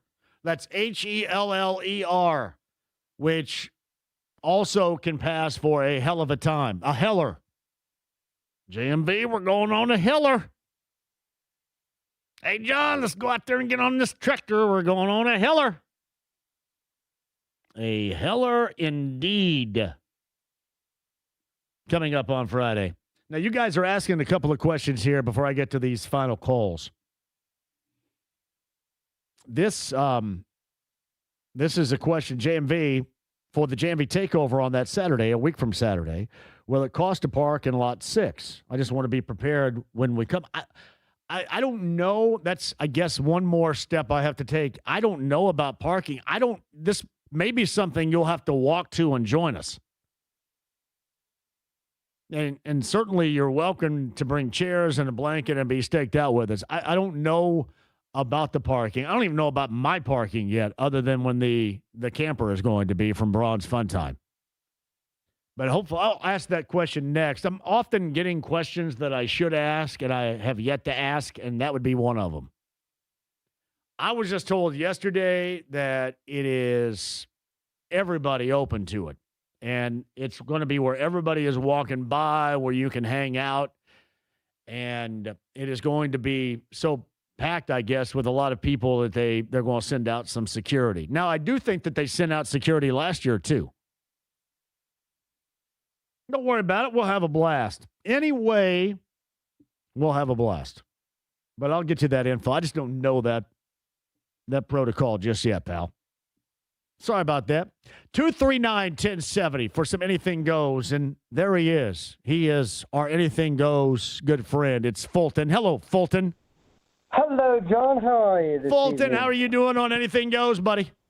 I'm doing all right. Just went to the dentist on Monday. The dentist, did they take all your teeth out? No, they got my, they have my temporary crown. I have a temporary crown right now. All right, buddy. So I had to wait until they call us. Who's your dentist? For the dentist. So, yep. Who's your dentist? Who is he? Let's give your or who are they? We give him. What's his name? Dr. Harris. Okay. Shout out to him. Yep. He listened to one of your shows, John. He did. Did he like it, or was he offended by it? He's a big fan of yours. That's awesome. Well, shout out to him. Yep. Thank you. Yeah. And he said when I was at the dentist, I said to him, Dr. Harris, John and I are good friends together, so. We are good friends, pal. We are that. You got anything else, Fulton? Yep. You're coming to my musical, right? You coming in? When is it again?